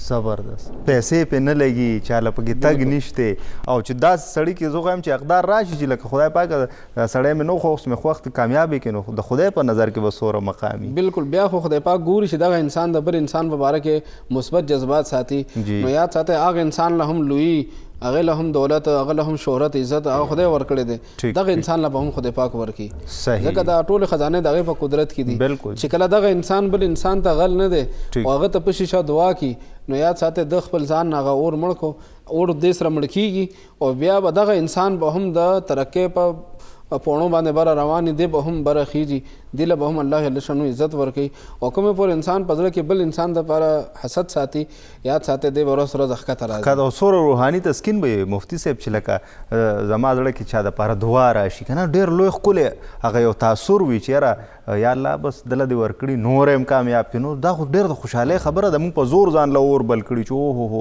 طبعي وشوه ده سره خو پرون یو گاډی و نن دوه دي مطلب چې پرون یو سوټه چولی و نن بله په زور هم ځان له غم کتلي بهرحال دا ډېره لویه موضوع ده مفتي صاحب راځو بیا د زمونږ حقیقت دا دی چې اخلاق خو ډېر لوی د کمال شی دی خو له بد همرغه مسلې شته دی زموږ په بازارونو کې زموږ په ډیلینګس کې زموږ په لین دین کې په دوکانونو کې په اخیستو خرڅولو کې بیا زموږ اکثر مونږ وایو هغه د سود خبرې خو به دی به چرځان له پروګرام کوو خو زموږ تاجر برادري اکثر چغې وایي خفه مطلب دا د دې کې هم تاوان وکړو یا مطلب د ګاهک یو بل سره فاصلې نو د تاجر برادرۍ زموږ چې کوم کاروباري وروڼه دي د دوی معاملات د دوی اخلاق د دوی کردار څنګه پکار دي ځکه چې موږ ګورو چې دروغ هم پکې ویلي کېږي سپور استغ هم پکې ویلي کېږي دوکې دړکې هم پکې کېږي زموږ د تاجرانو کې دا خبره ډېره ده چونکې د دې پبلک ډیلینګ وي جی نو بعضې ګاهک ور باندې داسې پېښ شي هغه ورته چې تا ته په څو پرېوتی تا په څو اخیستی دی او جی نو دغه شانتې خلک بعضې دکاندار باندې پېښ شي نو هغه ورته بیا هغه ریټ نه وي خو قسم ورته کوي چې ما په دومره اخیستی دی ټیک ده نو یاد ساتئ چې کله قسم رالو منځ کې حدیث پاک کې راځي چې دغه قسم د دغې بیې برکت ختموي نو دغه تاجر له داسې ویل پکار چې دروغ دې نه وي داسې دې ورته ووایي چې ما ته په دومره باندې پرېوتی دی او جی لکه په هغې کې هغه کرایه حسابوي هغې کې هغه د وړلو چې کومه خرچه ده هغه حسابوي د دکان کرایه دکان بل یو څه خپلې خرچې وغیره دکاندارانو خپل یو پرسنټیج ایښي چې دومره باندې واخلم دومره باندې به خرڅوم نو دې دا ویلي شي ورته چې دا ما ته په دومره باندې پرېوتی دی ټیک شو جی صحیح نو دا ویل ټیک دي خو دا نه ویل پکار چې انسان ورته دروغ وایي چې ما په دومره اخیستی دی ټیک ده جی که چې هغه د غلط بیاني وکړو دا بیا دروغ کې راځي نو دې ورته داسې ویلي شي چې ما ته په دومره باندې پرېوتی دی نو بیا دې دروغ نه بچ کېږي حدیث پاک کې راځي نبي علیه الصلوۃ والسلام فرمایي چې کله یو انسان یو شیز خرڅوي جی اور د هغې عیوب ښکاره کي عیب د هغې چې څه کمی زیاتې لکه نن سبا خلک موبایل اخلي موبایل کې څه کمی زیاتې دی اواز یې کمزورې دی سیګنل یې کمزورې دی بل څه ولې ده نو که چېرې دغه عیب پکې ښکاره کو نو الله جل شانه دغه بیع کې برکت اچي بیع کې برکت او که چېرې دغه تاجر اغستونکي یا خرڅونکي هغه بیع هغې شیز هغه عیب پټ کو هغه کمزوري چې کوم پکې شته دی هغه پټ کو اور په بل باندې هغه شی ورخرڅ کو نو هغه شیز خو به خرڅ شي خو دغه بیع برکت دغه سړي ته چې پیسې راغلې بې برکته پیسې راغلې بې برکته پیسې په لږه خبره باندې نو دکاندار له پکار دی چې کله شی خرڅوي نو صفا دی وي چې دا د دومره استعمال شوی دی کې دا خبره ده کې دا خبره که اخلي نو دغه شی دی که نه اخلي ستا خوښه ده نو چې کله خبره واضح وکړي هغې نه وروستو بیا هغه سړی اخلي نو هم دغه خوښه ده او که پرېږدي نو هم خپله خوښه ده خو یاد ساتئ عیب ښکاره کول پکار دی دکاندارانو ته تاجرانو ته چې دې کې دا شی دوکې په زمره کې رانشي بالکل دوکې زمره مومن ته دوکه ورنه کړي چې کله بیا دا خبره واضح شو نو بیا هغې نه وروستو بیه کې دغه پیسې چې کور ته راغلې دغه برکتي پیسې راغلې هغې سره به لانجې کونجې دغه مسلې نه دا حلال پیسې بابرکته پیسې کور ته راغلې هغې پیسو باندې به ډېر کار کېږي او که چېرې دوکه باندې وي په دروغو باندې وي په قسمونو باندې وي دغه پیسې ډېرې وګټي خو یاد ساتئ هغه ډېرې پیسې چې دي هغه بې برکته پیسې دي هغه هېڅ هم نه دي بالکل هغه به هغې باندې هېڅ هم نه کېږي هغې باندې نه د انسان ضروریات به پوره کېږي نه به دغه حاجات پوره کېږي هسې اخوا دېخوا به ترې نه ولګي وبه لګي یا به بیمارۍ کې ترې ولګي یا به نورې څه دغې حقیقت دا دی چې په دروغ باندې کمې پیسې وګټلی شي د هغې څه برکت نه وي او په هغه بیه کې بالکل حقیقت دا دی چې برکت نه وي د لږې شانتې ګټې دپاره یا د 100 روپو دپاره مطلب چې دروغ ویل یا ځان عادي کول یا بل له دوکه ورکول د دغې عملونو نه ځان ساتل پکار څنګه چې مفتي صاحب وفرمایل چې د هغې څه فایده ګټه نه وي بلکې نیغ په نیغه د هغې لومبی خو دا د شریعت خلاف خبره ده او بل دا چې په سړي باندې بیا په ټولنیزه توګه د ده په معاشرتي ژوند باندې هم چې کوم دی نو اثر کېږي زموږ بچي زموږ اولاد زموږ کشران هم اثر اخلي که زه دروغ وایم لا محاله زما بچی به دروغ وایي که زه رښتیا وایم هغه اثر به زما په بچي کېږي او به د معاشرې یو ښه فرد جوړیږي دې سره سره بیا مفتي صاحب حقیقت دا دی چې دا ټولې ډېرې وړې وړې خبرې دي خو زمونږ د نه پاملرنې له وجې یا د کم علمۍ له وجې دا ډېرې لویې مسلې پیدا کېږي ځکه په شخصیت باندې اثر غورځېږي بیا عام یو روټین کې یو خبرې موږ غلط نومونه ږدو مفتي صاحب په خلکو باندې دلته راشه فلانکي دی خوا راشه او داسې فلانکي څه داسې دی نو دا هم داسې د کردار برخه ده چې زموږ کردار لکه چونکې هغه شانتې هغه سازي نه ده شوې کردار سازي نه ده شوې نو بیا موږ د نوم اهمیت وران کو سپک ګورو سړي ته بیا صرف هغه نوم مات نه کړو د هغې سره بیا تړلې نورې خبرې هغه هم زموږ سپکې خبرې بیا موږ هغه کوو خلک بلو بالکل د اسلام د نوم اخیستلو دپاره هم قرآن پاک کې الله جل شانه قانون بیان لا تنابزوا بالالقاب تاسو یو سړی په غلط القابو سره په غلط نامو سره په غلط ټکو سره مه یادوئ ټیک شو جی د څوک چې چاته آواز کوي نو هغې دپاره د هغه نوم چې کوم دی پوره نوم اخیستل پکار دی یا که هغې کې یو صفت دی حافظ دی عالم دی مفتی دی یا یو د کلي مشر دی خان دی یا د کلي زمیندار دی نو د هغې په هغه پوره نوم باندې هغه کس ته هغه آواز کول پکار دی یا په نوم باندې یا په صفت باندې خو د سپک ټکي استعمالول چې دی هغې نه نبي صلی الله علیه مبارک منع کړې ده نبي علیه السلام مبارک په مخ یو صحابي یو کس ته ووایي چې ای د تورې ښځې زویه ښه جي ټیک نبي صلی الله علیه مبارک وفرمایل چې تا د هغې صحابي باندې د مور د وجې نه عیب ولګولو ټیک تا هغه باندې یو تور ولګولو د مور د وجې نه لکه صرف دا ویل چې د هغه مور چې د هغه داسې تور رنګ و دا ویل ته هم نبي صلی الله علیه وسلم اجازت نه دی ورکړې تاسو دا بل چاته داسې ووایئ ټیک ټیک ټیک لکه موږ چا سترګه نه وي نو هغه ته نوملو نومونه شته یا د چا خپه معذوره وي نو هغه ته بلا نومونه الو یا څوک د قد نه کم وي یا زیات دنګ وي نو موږ اکثر داسې نومونه اخلو دا خپل ځان له خو مطلب خوشحالي فیل کو که نه چې ما درته دا نوم خو د هغه زړه نه خبر نه یو بالکل حدیث پاک کې نبي علیه الصلوة والسلام با فرمایي چې د یو انسان د ګناهګارېدو دپاره لوی ګناه کې یو خبره دا کافي ده چې دی خپل مسلمان ورور ته سپک وګوري صحیح او دا سپک قتل دی سپک قتل دی چې بل مسلمان ته سپک ټکې ذکر کوي یاد ساتئ که چېرې انسان هغه ته د عزت احترام هغه ټکې نشي ویلی انسان د هغې د مقام مرتبه نه دی خبره نو بطور یو انسان بطور مسلمان یو ښه الفاظ باندې هغه یادول پکار دي صحیح که د هغې د شان نه د هغې د مقام نه انسان پوره نه دی خبر دا څوک دی نو بیا کم از کم یو بطور انسان بطور مسلمان چې دی هغه ته یو ښه ټکي چې کوم عام انسان دپاره ای وروره ای مشره داسې الفاظو باندې کم از کم اواز کول پکار دی. او دا سپک ټکي یاد ساته چې دا سپک ټکي هغه ځای نه راخیږي چې کوم ځای کې هغه خوله سپکوي. خوله سپکوي حقیقت دا دی. که چېرې خوله درنه ده نو هغې نه به دروند ټکي روځي، او که چېرې خوله سپکوي نو سپک ټکي به ترې نه روځي. نو یو انسان هم دا نه غواړي چې ما ته څوک سپک وګوري، ما ته څوک سپک ووایي. نو دله پکار دا دی چې بیا د بل انسان هم هغه عزت احترام قدر شروع کی چې زه د بل قدر کوي. نو یاد ساته دته په جواب کې به هم د بل انسان نه قدر ملاویږي. ټیک ټیک چې د بل انسان احترام کوي دته جواب کې احترام ملاویږي. هر عمل رد عمل وي، نو چې کله انسان یو کار کوي نو دای په جواب کې دته به هم هغه شی ملاویږي. بل ته درون ګوري نو دته هم خلک درون ګوري، او که چېرې د خلکو تسبق ګوري نو یاد ساته که خلک و تسبق نه وایي نو خدای پاک په نسبت باندې بدغه انسان سپک شي. سپکیږي او دا قټول نه بیا درنه خبره ده او خطرناک خبره. بالکل زه یو ځای کې یو مصرخانه کې ناست وم، یو ملګري ګاډي کې مې سکار و مفتي صاحب نو هغه چې کوم مصري استاد نو هغه بار بار هغه خپل شاګرد هغه 12-14 کالو یو ماشوم و، هغه ته به یو عجیبه نوم وی، هغه خو وړوکی و. خو بیا موږ د چیرې وغوښته نو ما ورته استاد مې ته ولې دې ماشوم ته دا نوم اخلې؟ مې د خپل نوم به یې ورته اخله کنه، لکه ډېر داسې عجیبه غوندې نوم مې دا انسان دی وړوکی دی، زه ټیک شو غریب دی راغلی دی مور پلار رالیږلی دی چې هر څه مجبوري، خو دی خو اوس یو زده کړه کوي او فن زده کي سهار له څو کاله پس په دې هم استادي څنګه چې ته استاد یې. نو هغه وخاندل، ما ته یې ویل هله وایي دغه دی وایي که تا د ما خپل نوم ووایي چې ما ته خپل استاد د نن نه 15-20 کاله مخکې وی نو کیدای شي ته ډېر زیات خفه شي. نو هغه نوم چې هغه ما ته وایي حقیقت دا زه خفه شوم چې یاره دا ولې، نو خو هغه ته مې چې ته اوس ولې درته ویوي، ما ته هم استاد ویلی و. نو ما یې ته روایت بدل کا، ته دته بچی هم ویلی شي زوی هم ورته ویلی شي، یا هېڅ ورته مه وایه د ده چې کوم نوم دی په هغې وایه. نو سهار له به دی خپل شاګرد ته نوم اخلي، ته نن دته دا نوم وایې هغه زه نشم اخیستی. نو سهار له به دی چې استاد شي دی خو به استادیږي، بیا به ده سره یو شاګرد دی نو بیا به دی هم هغه ته نوم اخلي. حقیقت دا دی د دې په اعتماد زموږ شخصیت بیا داسې جوړ شي مفتي صاحب، او دغه شی بیا موږ کور ته موړو، بیا خپل بچی هم هغه هم بیا اکثر نوم لنډ تنګ کړو، یا که وراره مې یا کلي مالت کې وي. نو دا ډېره کتونکو ډېر زیات مهمه خبره ده چې موږ هسې ګپ ګپ کې یا د ساتیري دپاره موږ په خلکو نومونه ږدو، یا مطلب دا چې د هغوی خلاف خبرې کوو، ځان ته په لږ شانتې تسکین سرور هغه موږ ته راورسي. خو په ټولنه د دې څومره اثر کېږي څومره اغېز دا غورځوي د هغې نه چې کوم دی نو موږ خبر نه یو. مفتی صاحب بیا ورسره تهمت لګول، تهمت او بهتان دا هم غالبا چې دوه ټکي دي او زه خو پرې ډېر نه پوهېږم، په موږ خو صرف بد ځکه لګي چې موږ ستاسو غوندې علما کرام نه اورو چې دا ښه کار نه دی.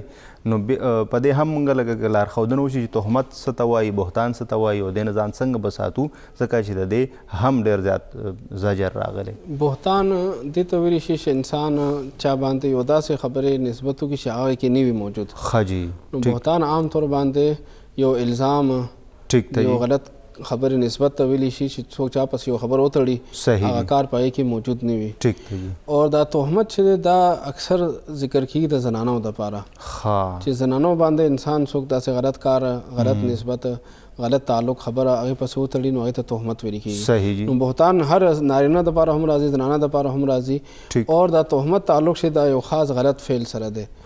نو د اسلام د دواړو ته ګناه کبیره ویلي دي، دا دواړه چې دی ګناه کبیره دي. که زنانه هغې پاک دامنه وي، صفا سوتره وي، هغې ته څوک دغه نسبت کوي نو هغه و ګناهونه چې هغه نسلونه تباه کوي هغې کې یو دا تهمت هم دی. چې پاکه زنانه وي هغې ته څوک نسبت وکړي فلانی خو داسې تور پې ولګوي، غلط نسبت ورته وکړي، نو یاد ساتئ چې دا ګناه کبیرو کې عام ګناه نه ده بلکې هغه ګناه ده چې هغه نسلونه هم تباه کوي، هغه انسان هم تباه کوي، هغه خاندان ته هم نقصان رسوي. نو دې ګناه نه ځان ساتل پکار دي.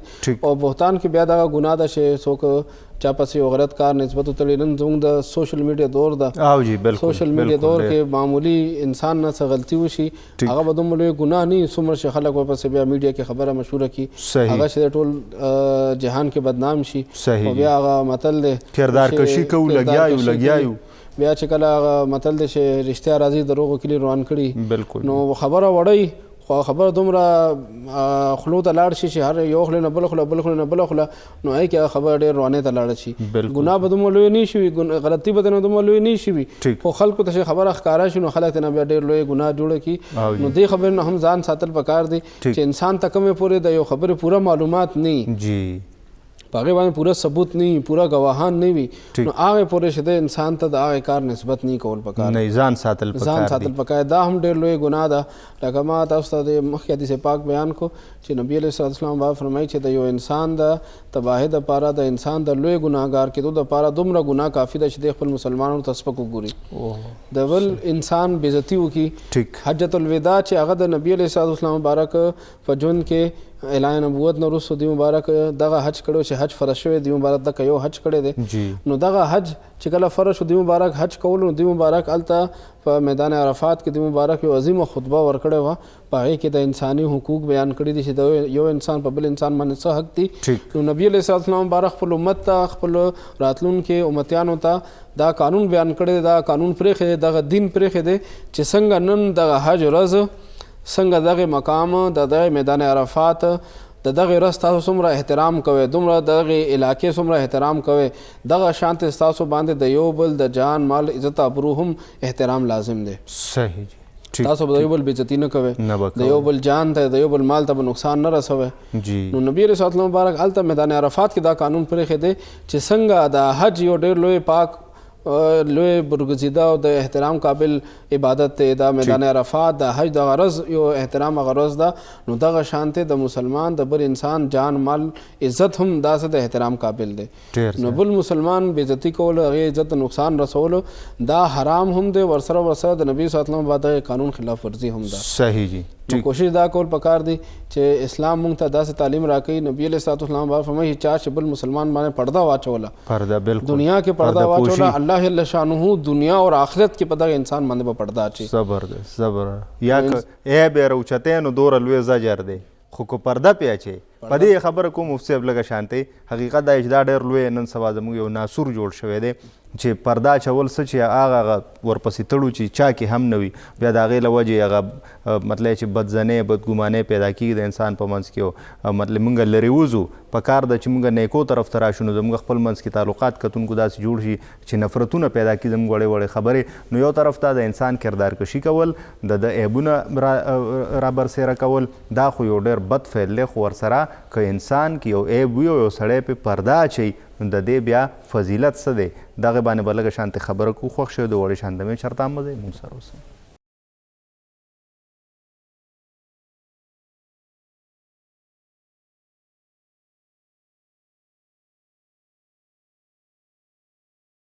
کتونکو نور اسلام کې یو وارې بیا هرکلی له دمې وړاندې خبره کېده د انسان په کردار کشي، او که دغه صحیح وي خلک یې رابرسېره کړي، او که بیا مطلب انسان کې یو عیب وي او هغې پټوي. نو بیا په دې کې مفتي صاحب ډېر ښکلی دمې دوران خبره وکړه، نو هغې طرف ته ورځو چې نور هم د دوی نه دغه ملغرلې ترلاسه کړو. مفتي صاحب کم عیبونه داسې دي چې په هغې باندې انسان له د بل انسان پرده اچول پکار دی، او بیا بعضې داسې هم شته دي چې آیا د هغې ښکاره کول هم پکار دي؟ بالکل. بعض عیبونه داسې چې د هغې تعلق د انسان د ذات سره دی، هغه انسان د خپل ذاتي کارونه دي، د هغې د بل انسان سره، بل مسلمان سره، بل چا سره تعلق نشته. نو یاد ساتئ که چېرې هغه په دې کې موجود دي، نو د هغې ښکاره کول نه دي پکار خلکو ته، بلکې هغه یوازې په پټه باندې پویول پکار دي چې ته ځان نه دا کار وباسه. ټیک شو جي. په پټه باندې ځان له دغه سړی پویول پکار دي چې دغه عادت ځان نه وباسه، دغه کار ځان نه وباسه، او خلکو ته دا ښکاره کول نه دي پکار. دغه عیب ښکاره کول دا بده خبره ده، او دغه شانتې عیب باندې څوک پرده واچي، نو دغه شانتې سړي په باره کې نبي علیه الصلاة والسلام بار فرمایي چې چا د مسلمان پرده پوشي وکړه، عیب باندې پرده واچوله، دنیا او آخرت کې خدای پاک د په عیبونو باندې به پرده واچي. او که چېرې داسې یو کار چا کې موجود دی چې د هغې نه نور خلکو ته تاوان رسي، یو داسې عادت، یو داسې صفت، یو داسې کار پکې موجود دی چې خلکو نه پیسې اخلي، ګڼکپ دی. بعض خلک وي موږ بهر ملکو ویزو کار کوو، هغه خلکو نه پیسې واخلي بیا وتښتي، یا بعض خلک پردې ځمکې خرڅوي، دغه کار پکې موجود دی. نو دغه شانتې کارونه چې هغه د وجې نه بل چاته نقصان رسي، صحیح جي، داسې عادت پکې موجود دی چې بل عزت ته نقصان رسي، د بل مال ته نقصان رسي، د بل جان ته نقصان رسي. نو خلک جان او مال او د هغې د عزت د بچ کول دپاره چې خلک دې نه خپل عزت جان مال بچ کړي، نو خلک پوهول چې یا دغه کس نه ځان ساتئ، دی خلکو ته دغه طریقې باندې مال اخلي، دغه طریقې باندې جان ته نقصان رسي، عزت ته نقصان رسي. نو دغه شانتې خاص کارونه، خاص عیبونه هغه مجبورې په وخت کې انسان خولی شي. صحیح جی. خو کم کارونو تعلق د خلکو سره نه دی، هغه د انسان ذاتي صفت، ذاتي کار دی، ذاتي عیب دی. نو هغه که انسان کې موجود وي نو هغه پویول شي، او هغه پویول هم د خلکو په مخ کې نه، چې خلکو په مخ کې څوک راپاسي ته دا کار کې، دا دې کار نه ځان بچ کوه، ځان ساته. نو دا د هغه اصلاح کول نه دي، دا د هغه بېعزته کول دي. زبردست. نو چې اصلاح مقصد دی، نو اصلاح بیا په پټه باندې یوازې باندې ځان له هغه کول پکار دي.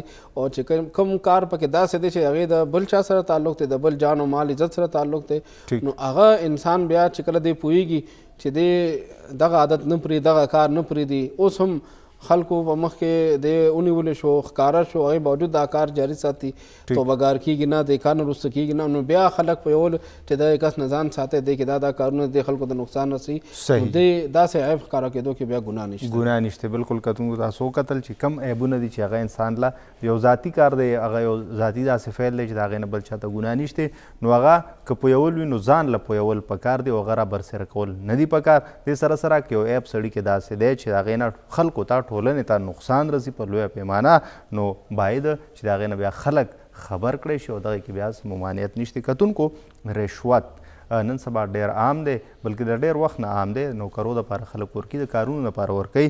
په دې اړه شریعت څه وایي د دغې خلکو په اړه باندې، نو په دې به خبرې کوو. خو ورځو عدنان طرف ته چې د دوی نه یو نعت واورو. عدنان نعت به اورو. ماشاءالله، سبحان الله، محبوبه، مخ زیبا الله درکړی دی. حقیقت دا دی د هغوی د مخه دا ټول کائنات یو د هر څه دغه کړي دی. ډېره مننه، ډېر ښکلی عدنان، ډېر ښکلی نعت و، یو ډېر ښکلی یو ټکی مزیدار و. مهرباني. مفتي صاحب، رشوت یو طرف ته په اخلاقو زور دی، کردار سازی باندې زور دی، بیا انسان چونکې ژوند هم تیری، د هغې دپاره مختلف قسمه کارونه مارونه درته پکاري، بیا له بد همرغه مطلب په هغې کې بیا یو مطلب چې یو رفتار د خلکو جوړ شي چې یاره دا کار مو کوم او هغه مو کوم، یا دا کار خو د خامخا میلو شي. نو زموږ په محکمو کې یا په مختلفو کارونو کې بیا خلک ځي، لیګل کار وي، قانوني کار وي، بیا خلک د رشوتونو تقاضې کوي، پیسې غواړي. نو دغه باندې ما وی چې لږ خبرو کو چې څومره په دې وحید دی یا مطلب کوم ځای کې رشوت، آیا داسې ځای شته دی چې هلته سړی رشوت ورکولی هم شي که نه؟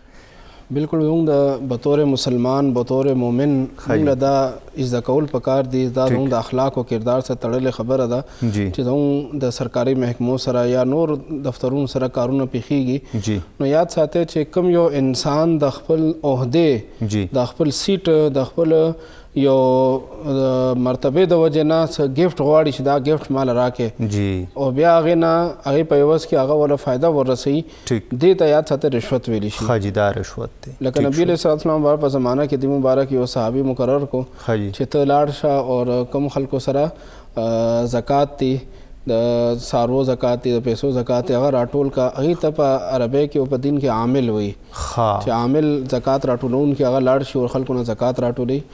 نو هغه یو کس لاړو، هغه راټول کړو او نبي صلی الله علیه وسلم ته ورکړو، او فرمایل چې قربان دا ستاسو دپاره، دا چې کوم بیت المال دپاره ما راټول کړي، دا خلکو ما له ګفټ راکړي دي.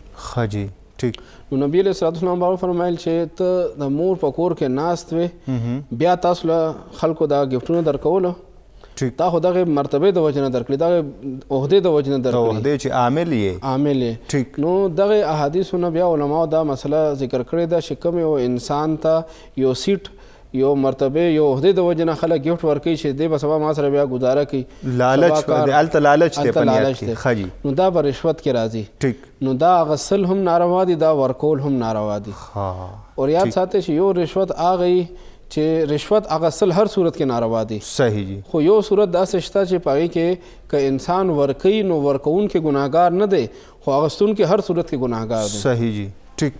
هغه دا صورت دی، مثال په طور باندې نن سبا میرټ لیست جوړیږي، یو نوکرۍ دپاره میرټ هغې کې بیا ټیسټ اخلي، بیا انټرویو اخلي، بیا میرټ لیست جوړیږي. نو یو سړی په ټاپ باندې دی او هغه حق جوړیږي چې دته دغه نوکرۍ ملو شي، نو اوس دا کوم افسر چې په سیټ باندې ناست دی دا د ډیوټي ده د تنخواه د خبره اخلي چې دی به میرټ والا سړی په نوکری باندې اخلي، حق په حقدار ته رسي، حق په حقدار ته ورکوي بغیر د پیسو نه، ځکه چې پیسې ول حکومت ورکوي دی به رشوت نه اخلي، دی به بغیر د رشوت نه بغیر د خلکو د پیسو اغستو نه حقدار ته خپل حق ورکوي. هغه میرټ باندې کم سړی په ټاپ کې دی لیسټ کې کم یو سړی مخکې دی هغه سړی له نوکری ورکوي. ٹھیک شو جی ٹھیک. اوس هغه سړی چې کوم ټول نه اول دی او هغه حق هم جوړیږي هغه ته څوک وایي که چېرې رشوت راکې نو بیا دله دغه نوکري درکو او که نه نو دویم نمبر یا دریم نمبر یا وروستو چې کوم کسان دي هغوی به ستا په ځای باندې بھرتي شي. نو یاد ساتئ دغه ایک نمبر باندې چې کوم میرټ باندې برابر دی او د نه مخکې څوک نشته دی اوس حقدار دی. ٹھیک شو جی. اوس دغه سړی که چېرې د خپل حق اخیستلو دپاره دغه نوکرۍ دپاره دی اوس رشوت ورکوي نو د دې مثال علما داسې ورکوي څنګه چې انسان پسې سپی لګېدلي نو سپی نه بچ کېدو دپاره انسان پسې هډوکي یا روټۍ ورواچي خپل ځان ته نه بچ کړي. نو دغه سړی خپل حق اخیستلو دپاره دغه افسر له دغه پیسې ورکوي نو دی چونکې مجبوره دی خپل حق اخلي پردی حق نه اخلي. نو دغه صورت کې دی ګناهګار نه دی خو دغه افسر په دې صورت کې هم ګناهګار دی. بالکل ګناهګار دی. صحیح جی. خو ډېر زیاتی کوي. بالکل. او که چېرې یو سړی په لیسټ کې نه دی راغلی 3 پوسټونه دي او د ده 4 نمبر دی 5 نمبر دی د اوس حق نه جوړېږي چې دی 3 پوسټونه دي او د 4 5 نمبر باندې دی د ده حق نه جوړېږي. که دلته کې دی رشوت ورکوي نو دا رشوت ورکول هم ناروا دي اخیستل خو هر صورت کې ناروا دي. دغه الراشي والمرتشي کلاهما فی النار. رشوت ورکوونکي رشوت اخیستونکي دا ټول دواړه جهنمیان دي هغې نه مراد دغه شانتې ځای دی. او که چېرې یو انسان ته خپل حق دی هغه حق چې دی بغیر د رشوت نه هغه افسر نه ورکوي اور دی خپل کوشش وکړي چې کوم حکومتي عہدیدار دی حکومتي ادارې دي هغې سره رابطه وکړي او بیا هم ورته هغه حق نه میلاویږي نو یاد ساتئ چې دغه وخت کې دی بیا رشوت ورکوي او خپل حق اخلي پردی حق نه خپل حق اخلي. نو دا مجبوره دی سیستم داسې دی یو سړی ناست دی چې الله نه نه یریږي د خدای نه نه یریږي احکامات نه مني چې یاره دا ماله خو حکومت راکړي دا کرسۍ هم راکړي د پیسې هم راکړي د بچو هم ذمهوار دی او مطلب دی چې اللی تللی کېدی پیسې بلها ګټي دا ډېر لوی بیماري نن سبا زموږ ټوله ټولنه دی برباده کړه. دلته یو میرټ باندې سړی راغلی دی ځان یې ستړی کړی دی یو غریب سړي بچی دی د هغه څه خوبونه دي په ټاپ باندې راغلی دی خو بیا هم هغه له هغه ځای نه ورکړي نو دا سړی بیا ګرم نه دی که دی پیسې ورکړي ځکه چې دغه سړی نه سترګې لري نه غوږونه نه مطلب چې د زړه شتې نه احکامات مني خو هغه ګناهګار دی دی نه دی ځکه چې دی په ټاپ راغلی د حق دی. او یاد ساتئ که چېرې دی حق نه کېږي ښه جي لکه یو ګورنمنټ یو جاب چې دی هغه اعلان وکړو او د هغې دپاره کوم میرټ دی بی اے دی ایم اے دی نو هغې کې بی اے ایم اے هر سړی کړی دی هغې کاغذونه جمع کړي دي نو اوس دې دپاره رشوت ورکوي چې دا نوکري ما ته ملو شي نو یاد ساتئ چې دی په میرټ کې نورو سره برابر دی نو بیا صرف د ده حق نه دی ښه جي کیدای شي د ده مارکس دی نه زیات مارکس والا بل کس موجود وي دی نه زیات تعلیم والا دی زیات تجربه والا بل کس موجود وي نو کله چې دی میرټ لیسټ کې ټول نه په ټاپ باندې نه وي او څومره سیټونه وي او هغه میرټ کې دی برابر نه وي لیسټ کې برابر نه وي نو که چېرې دی بیا پیسې ورکړي نو دا بیا د ده حق نه دی. که چېرې دی بیا په رشوت باندې په پیسو باندې دغه نوکري اخلي هغه نوکري هم ناروا ده دا پیسې ورکول دا هم ناروا دي. صحیح جی. او د هغې نه چې بیا د کم انکم دی منافع ده نو هغه هم ناروا ده او دغه شان بیا مختلف قسمه مسلې انسان ته راځي اولاد نافرمانه وي ژوند کې برکت نه بیماری وي کتونکو دغه وړې وړې خبرې د حقیقت دا دی چې مونږ د دې نه ځکه اکثر بیا بې برخې یو چې مونږ د علما کرام سره کینونه وړې وړې خبرې خو ځان نه پویو مونږ هر شی خپل حق منو یا هر ځای کې ګیلې مانې کوو خو کله هم چې کم زموږ فرض دی او مطلب دا چې د هغې نه خبرېدل هم فرض دی نو هغې طرف ته مونږ توجه نه کوو یا مونږ په هغې پوهېږو نه. مسله دا ده چې کم مطلب زمونږ دین دی نو په هغې کې د هرې مسلې حل شته دی خو مسله دا ده چې د هغې دین دپاره مونږ بیا علما کرام ته نه ځو د هغوی سره نه کینو د هغوی نه لرې یو فاصلې مونږ جوړې کړي دي تپوس نه کوو نو بیا مونږ ته خپلې مسلې ډېر زیاتې جوړېږي. کتونکو کردار سازي مهمه څومره ده اخلاق د دې څومره لوی مقام دی او ولې په اخلاقو باندې بار بار او دوره زیات زور راوړلی شوی دی دغه یو څو شی به موږ سره پاتې دي دغه پوښتنې به مفتي صاحب ته ږدو خو وخت شوی دی وړې شانتې مې چېرته هم مه ځئ موږ سره اوسئ.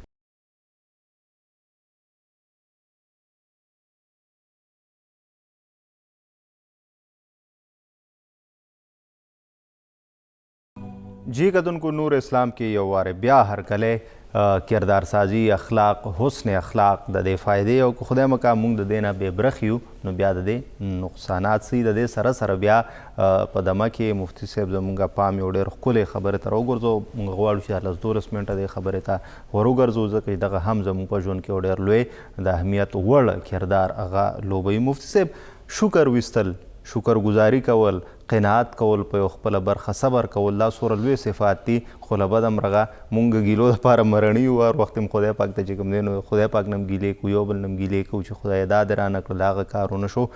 شکر څومره د فضیلتونو شی دی؟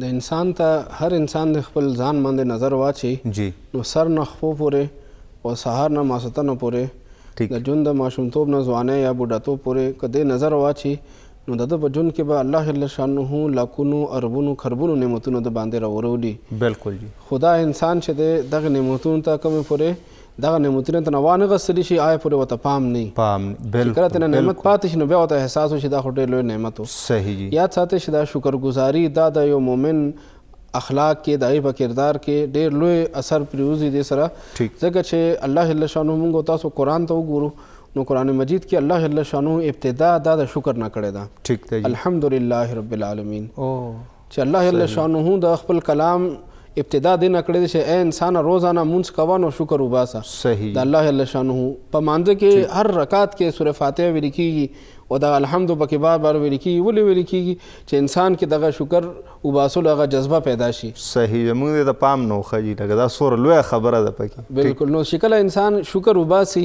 نو یاد ساتئ چې الله جل شانه قرآن مجید کې ارشاد فرمایي لئن شکرتم لازیدنکم. صحیح. که چېرې تاسو زما شکر وباسلو زه به ستاسو دغه نعمتونه نور هم سوا کړم. صحیح. د نعمتونو سوا کول لپاره شکر شرط ګرځولی. شکر شرط ګرځولی. ښه جي. نو چې کله انسان شکر وباسي نو ټول نو اول به د الله جل شانه شکر وباسي.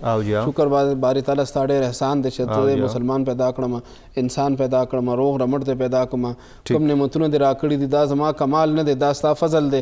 انسان دې شکر وباسي د الله جل شانه چې کله انسان شکر وباسي نو یاد ساته نعمتونه به هم سوا کیږي نو د الله جل شانه شکر به هم وباسي او بیا الله جل شانه فرمایي انشکر لی ولوالدیک. چې اے انسان زما شکر وباسه او خپل د والدینو شکر هم وباسه. ٹھیک ٹھیک. الله جل شانه خپل شکر او د والدین شکر دا دواړه یو ځای ذکر کړل چې زما شکر وباسه او د خپل مور او پلار شکریا ادا کا. ٹھیک. نو انسان له پکار دی چې بعض خلک اولاد وي ما له مور پلار څه کړي دي ما ته پلار څه پریښي دي. ډېر اولاد چې دی هغه د خپل مور او پلار د خپل پلار نه چې دی هغه څه کوي هغه ګیلې معنی کوي او د هغې په باره کې نامناسب مونږ ته هغې څه پریښي دي. ډېر عام خبره ده سر مفتي صاحب ډېر عام خبره ده مونږ یو مور پلار څه کړي. جی. نو انسان دا سوچو کی چې دغه انسان که په خپل پلار دی د ده اولاد شته نو د خپل ځان ته وګوري چې پلار دا غواړي چې ما سره سی هغه ټول د زه اولاد له ورکړم. بالکل جی بالکل. نو بعد دغه سوچ وکړي چې زه چې کوم وخت ماشوم وم زما پلار سره دک کوو چې هغه ماله راکړل چې نور ورسره نو هغه هر انسان خپل وس پورې پړ دی چې هغه سره نور څه نو هغه به ماله سره راکړی وي. شکر ویستل پکار چې حرام حلال نه دي کړی. حرام حلال نه دي کړي تربیت له راکړی سبق را باندې ویلي دی خیال را ساتلی خپل وس مطابق هغه پوره منډې تړې والی دي. بالکل. نو انسان له ټول نو اول د الله جل شانه شکر وباسل پکار دی بیا د والدین شکر وباسل پکار دی او بیا چې انسان سره چا دنیا کې ښه کړي دي نو د هغې چا ورسره ښه کړي که هغه لږ کړي که ډېر کړي دي یاد ساتئ د هغې شکر وباسل پکار دی. لکه د هغې یو مثال موږ سره په حدیث پاک کې موجود دی. آقا کریم علیه السلام مبارک یو ځل جهاد دپاره تشریف وړی امام بخاري امام مسلم د حدیث پاک په خپل کتابونو کې نقل کړی چې نبی علیه السلام بعد صحابه کرامو سره ډېر زیات صحابه کرامو سفر په دې دوران کې اوبه ختمې شوې. ټیک. غیر چاپېر اوبو وکتلې خو چې اوبه پیدا نه شوې نو بعد صحابه کرام نبی صلی الله علیه وسلم ولېږل تاسو لاړ شئ لرې پورې وګرځئ چې ته اوبه وګورئ. نو یو ښځه هغې له مخې له ورله هغه په اوښ باندې دوه مشکونه تړلي وو یو طرف ته یو مشک بل طرف ته بل مشک او هغې اوښ د پاسه هغه سوره وه. دغې صحابه کرامو تپوس وکړي چې ای بیبي دا اوبه د کوم دی نه راوړلې. نو هغې ښځه ورته ووایي چې پرون دې ټایم زه ارمانه شوم او مې راغوڅو نن دلته راورسېدم لکه یو ورځ په مزل باندې دومره لرې اوبه دلته کې موجودې دي. نو هغې صحابه کرام ووایي چې ښه ته مونږ سره لاړ شه نبي صلی الله مبارک سره ملاقات وکړه هلته به مونږ سره ځې. بس دغه بیبي صحابه کرامو نبي صلی الله بعد ته راوسته. نبي صلی الله بعد ته کیسه وکړه چې قربان اوبه دومره لرې دي دلته کې. نو نبي صلی الله مبارک هغې بیبي ته ووایي چې مونږ ستا اوبه دا استعمالو او نبی صلی الله علیه وسلم مبارک صحابه کرام ته فرمایل چې د مشک دوه خولې کولو کې یا ته مشک دوه خولې یو خکته یو برې تاسو به کتلی کې دي نو دا خکتنی خوله شي کولو شنو هغه نه پډې لک سات کې وبو ټول هغه وبو ته توي شي هغه ټول وبو ته روزي نو هغه خزه ولاړ د خپل وبو ته ګوري چې دا مشکونو هغه خکتنی خولې دوه خولې کولو کړې شوی هغه نو وبو صحابه کرام لوخو کې هم ډکې او وبومس کې ځان سره لوخي هم ډکې او هغه مشک نه تشيږي هغه خزه ډېره حیرانه ده ولاړه ده چې کله صحابه کرام وبو ځان ته لوخي ډک کړل خپل ضرورتونه پوره کړل نو بیا نبی علیه الصلوۃ والسلام فرمایي دا خولې ولا وتړې مشکونو نو هغه خزه وی چې ما خپل مشکونو ته وکتل نو زما په مشکونو کې وبو کمشه نه بلکې ما ته ښکارېدل چې وبو پکې سیوا شوي دي دا ډېر حیرانه شوه بیا نبی علیه الصلوۃ والسلام حکم وکړ چې تاسو دغه ښځې له د خوراک څښاک تاسو رقم څیزونه دي هغه راجمع کړئ دې له ورکړئ نو صحابه کرام فرمایي چا سره جوار او چا سره کجورې وې چا سره نور د خوراک شیدونه ستوانو هغه ټول مونږ یو کپړه کې راغونډ کړل هغه مو غوټه ته نه جوړه کړه هغې ښځې ته مو هغې اوښ د پاسه کېښودله او راکې کریم علیه الصلوۃ والسلام مبارک د ښځې ته فرمایي چې ای بیبي مونږ ستا اوبه نه دي کمې کړي صحیح مونږ ستا اوبه نه دي کمې کړي ستا اوبه نه دي کمې شوي هغه ښځه هلته نه لاړه او نبی صلی الله علیه وسلم بعد جهاد باندې لاړو چې کله بیا جهاد کېدلو نو نبی علیه الصلوۃ والسلام بعد دغه ښځې قبیلې نه غیر چاپېر چې کوم نور قبیلې وې هغې سره جهاد کولو خو دغه ښځې په قبیلې باندې نبی صلی الله علیه وسلم بعد حمله نه ده کړې چې اوبه یې ورکړې وې هغه هم چې کمې شوې هم نه وې کمې شوې هم نه وې اسلام نه هم بهاره وه دا ښځه نو دغه ښځې خپل قبیلې خلک راټول کړل او ورته وویل چې دغه شانته دی غیر چاپېر قبیلو باندې حمله وکړله هغې سره جهاد وکړو موږ باندې دی حمله نه کړي دا ما ته ښکاري چې زما هغه چې کومه ښېګړه ورسره کړې وه د هغې خاطر کوي نو هغه ټوله قبیله هغې ښځې ووایي که ستاسو خوښه یي زه خو ځم هغې په لاس باندې اسلام قبلوم که ستاسو خوښه یي نو هغې وشي بلکل موږ در سره ځو نو هغه ټوله قبیله راغله او د آقا کریم علیه السلام په لاس باندې مسلمان شوه نو یاد ساتئ چې نبی علیه الصلوۃ والسلام مبارک په اخلاق باندې پوره قبیله چې هغه مسلمان شوی ده نو نبی صلی الله علیه وسلم بعد هغه نیکی ته وکتل هغه ښېګړې ته وکتل چې هغې موږ باندې وبس کړي دي نبی صلی الله علیه وسلم بعد هغې خاطر کولو نو بطور مسلمان بطور انسان دا زموږ ذمهواري ده چې موږ سره پلار ښه کړي رور ښه کړي تره ښه کړي ماما ښه کړي کلیوال یو مشر هر چا ښه کړي د هغه ښه منل پکار دي او د ښه جواب بیا ښه سره ورکول پکار دي کم از کم انسان دومره وکړي چې هغې ته نقصان ونه رسوي هغې ته تاوان ونه رسوي که د ښه بدل په ښو سره نشو ورکولی نو بیا بد سره هم نه ورکول پکار بالکل دا ډېره لویه خبره ده که د ښه بدل موږ په ښه نشو ورکول نو په بد خو بالکل نه دي ورکول پکار او دا ډېره لویه د اخلاقو مظاهره وي چې یو سړی هغه هر ځای کې د بل خیال ساتي او بیا دا حسن اخلاق دی چې یو سړی تا سره بد کړي او ته ورسره ښه کوې په تا ظلم کړي او ته هغه بخې موږ سره وخت ډېر کم دی مفتي صاحب خو د اخلاقو دپاره دا ډېر زیاته ضروري ده چې کوم هغه بیا استاد وي او دغه شانتې بیا زده کوونکی وي مدرس وي او د هغه شاګرد وي دغه شانتې پلار وي زوی وي دغه ځایونو کې هغه ډېر زیاته مظاهره راځي موږ ګورو چې یاره د استاد ډېر لوی تعظیم دی چې هغه که د یونیورسټۍ وي او که د مدرسې وي خو کوم ځای چې هم مدرس دی استاد دی نو یو دی ځکه هغه سبق ښیي که څوک فزکس کوي او که مطلب یې څوک منیو قدري ښیي نو د دوی دواړو دغه یو د دواړو استادان دي په یو ځای ناست دي نو څومره پکار دی یو شاګرد لا د خپل استاد احترام او دغه څیز بیا څومره اخلاق د متاثره کولی شي دی باندې زه دوه ټکو کې خبر وکړم ښه جي حضرت علی صاحب مبارک فرمایي جی من تعلمني حرفا فهو مولایا چې چا ماته یو ټکی سبق وښودلو یو ټکی صحیح هغه زما سردار دی هغه زما آقا دی که د هغه خوښوي چې ما خرڅوي او که ما ځان سره ساتي او یاد ساتئ چې دین کې دا خبرې نشي چې دا دنیاوي تعلیم دی او دا دینی تعلیم دی ټیک ده جی صحیح دینی تعلیم څوک دې نیت باندې حاصلوي چې خلک ما ته استاد وي خلک زما ادب وکړي خلک زما عزت احترام وکړي خراب نیت باندې دا دینی تعلیم کوي نو دا دینی تعلیم به حدیث پاک نه ثابته ده قیامت پر ورځ باندې هغه په مخ باندې ول کېږي او څوک دنیاوي تعلیم دې دپاره کوي چې میډیکل کوم چې زه خلکو ته علاج وکړم انسانیت خدمت وکړم انجینرینګ کوم چې خلکو ته لارې کوڅې پلونه جوړ کړم خلکو ته انسانیت ته تعلیم ورسوم کامرس دې دپاره وایي چې زه دې باندې خلکو ته تجارت طریقې وښیم او د هغې تجارت په ذریعه باندې خیر ښېګړه وکړم دا هم دین دی صحیح ځکه چې نبي علیه الصلوۃ والسلام مبارک مسجد نبوي شریف په خپله جوړ کړی دی هغې مبارک انجینیر هم دی هغې مبارک تجارت په خپله کړې دی، هغې مبارک تاجر هم دی، کامرس هغې مبارک تعلق ساتي، هغې مبارک د صحابه کرامو علاج کړی دی، هغې مبارک ډاکټر هم دی، د هغې مبارک دا ټول حیثیتونه دا ټول نسبتونه شته.